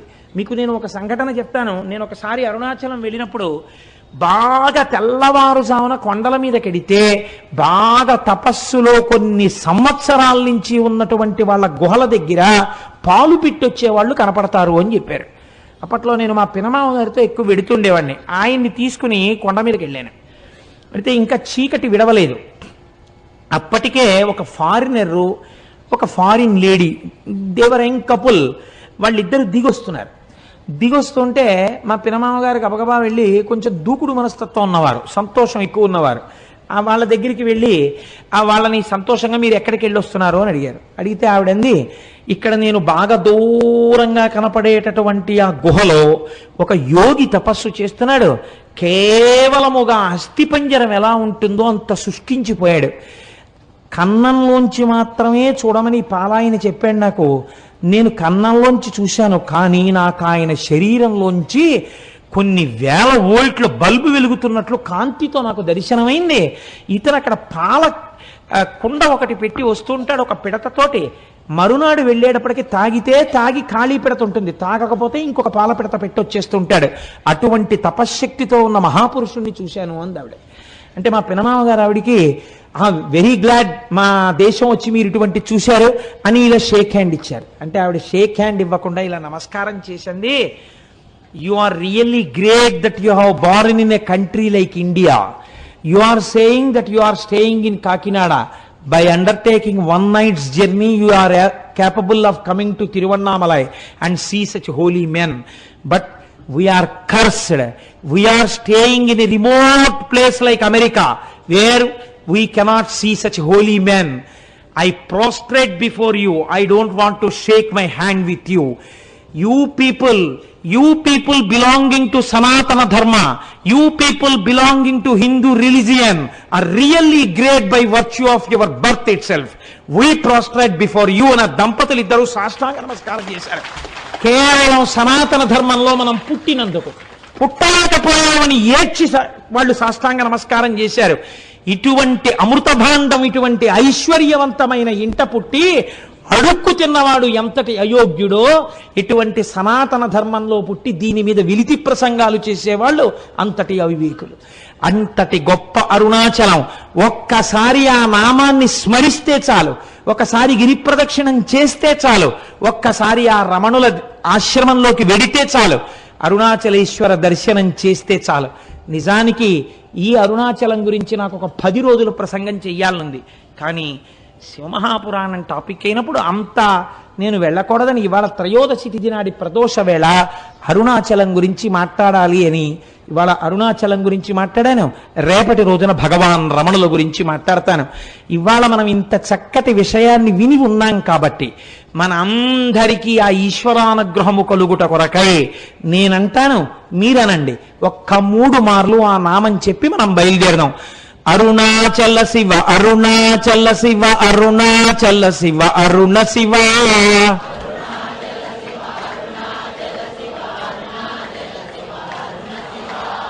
అరుణాచల శివ, అరుణాచల శివ, అరుణాచల శివ, అరుణ శివ. అరుణాచల శివ, అరుణాచల శివ, అరుణాచల శివ, అరుణ శివ. అరుణాచల శివ, అరుణాచల శివ, అరుణాచల శివ, అరుణ శివ. అరుణాచల శివ, అరుణాచల శివ, అరుణ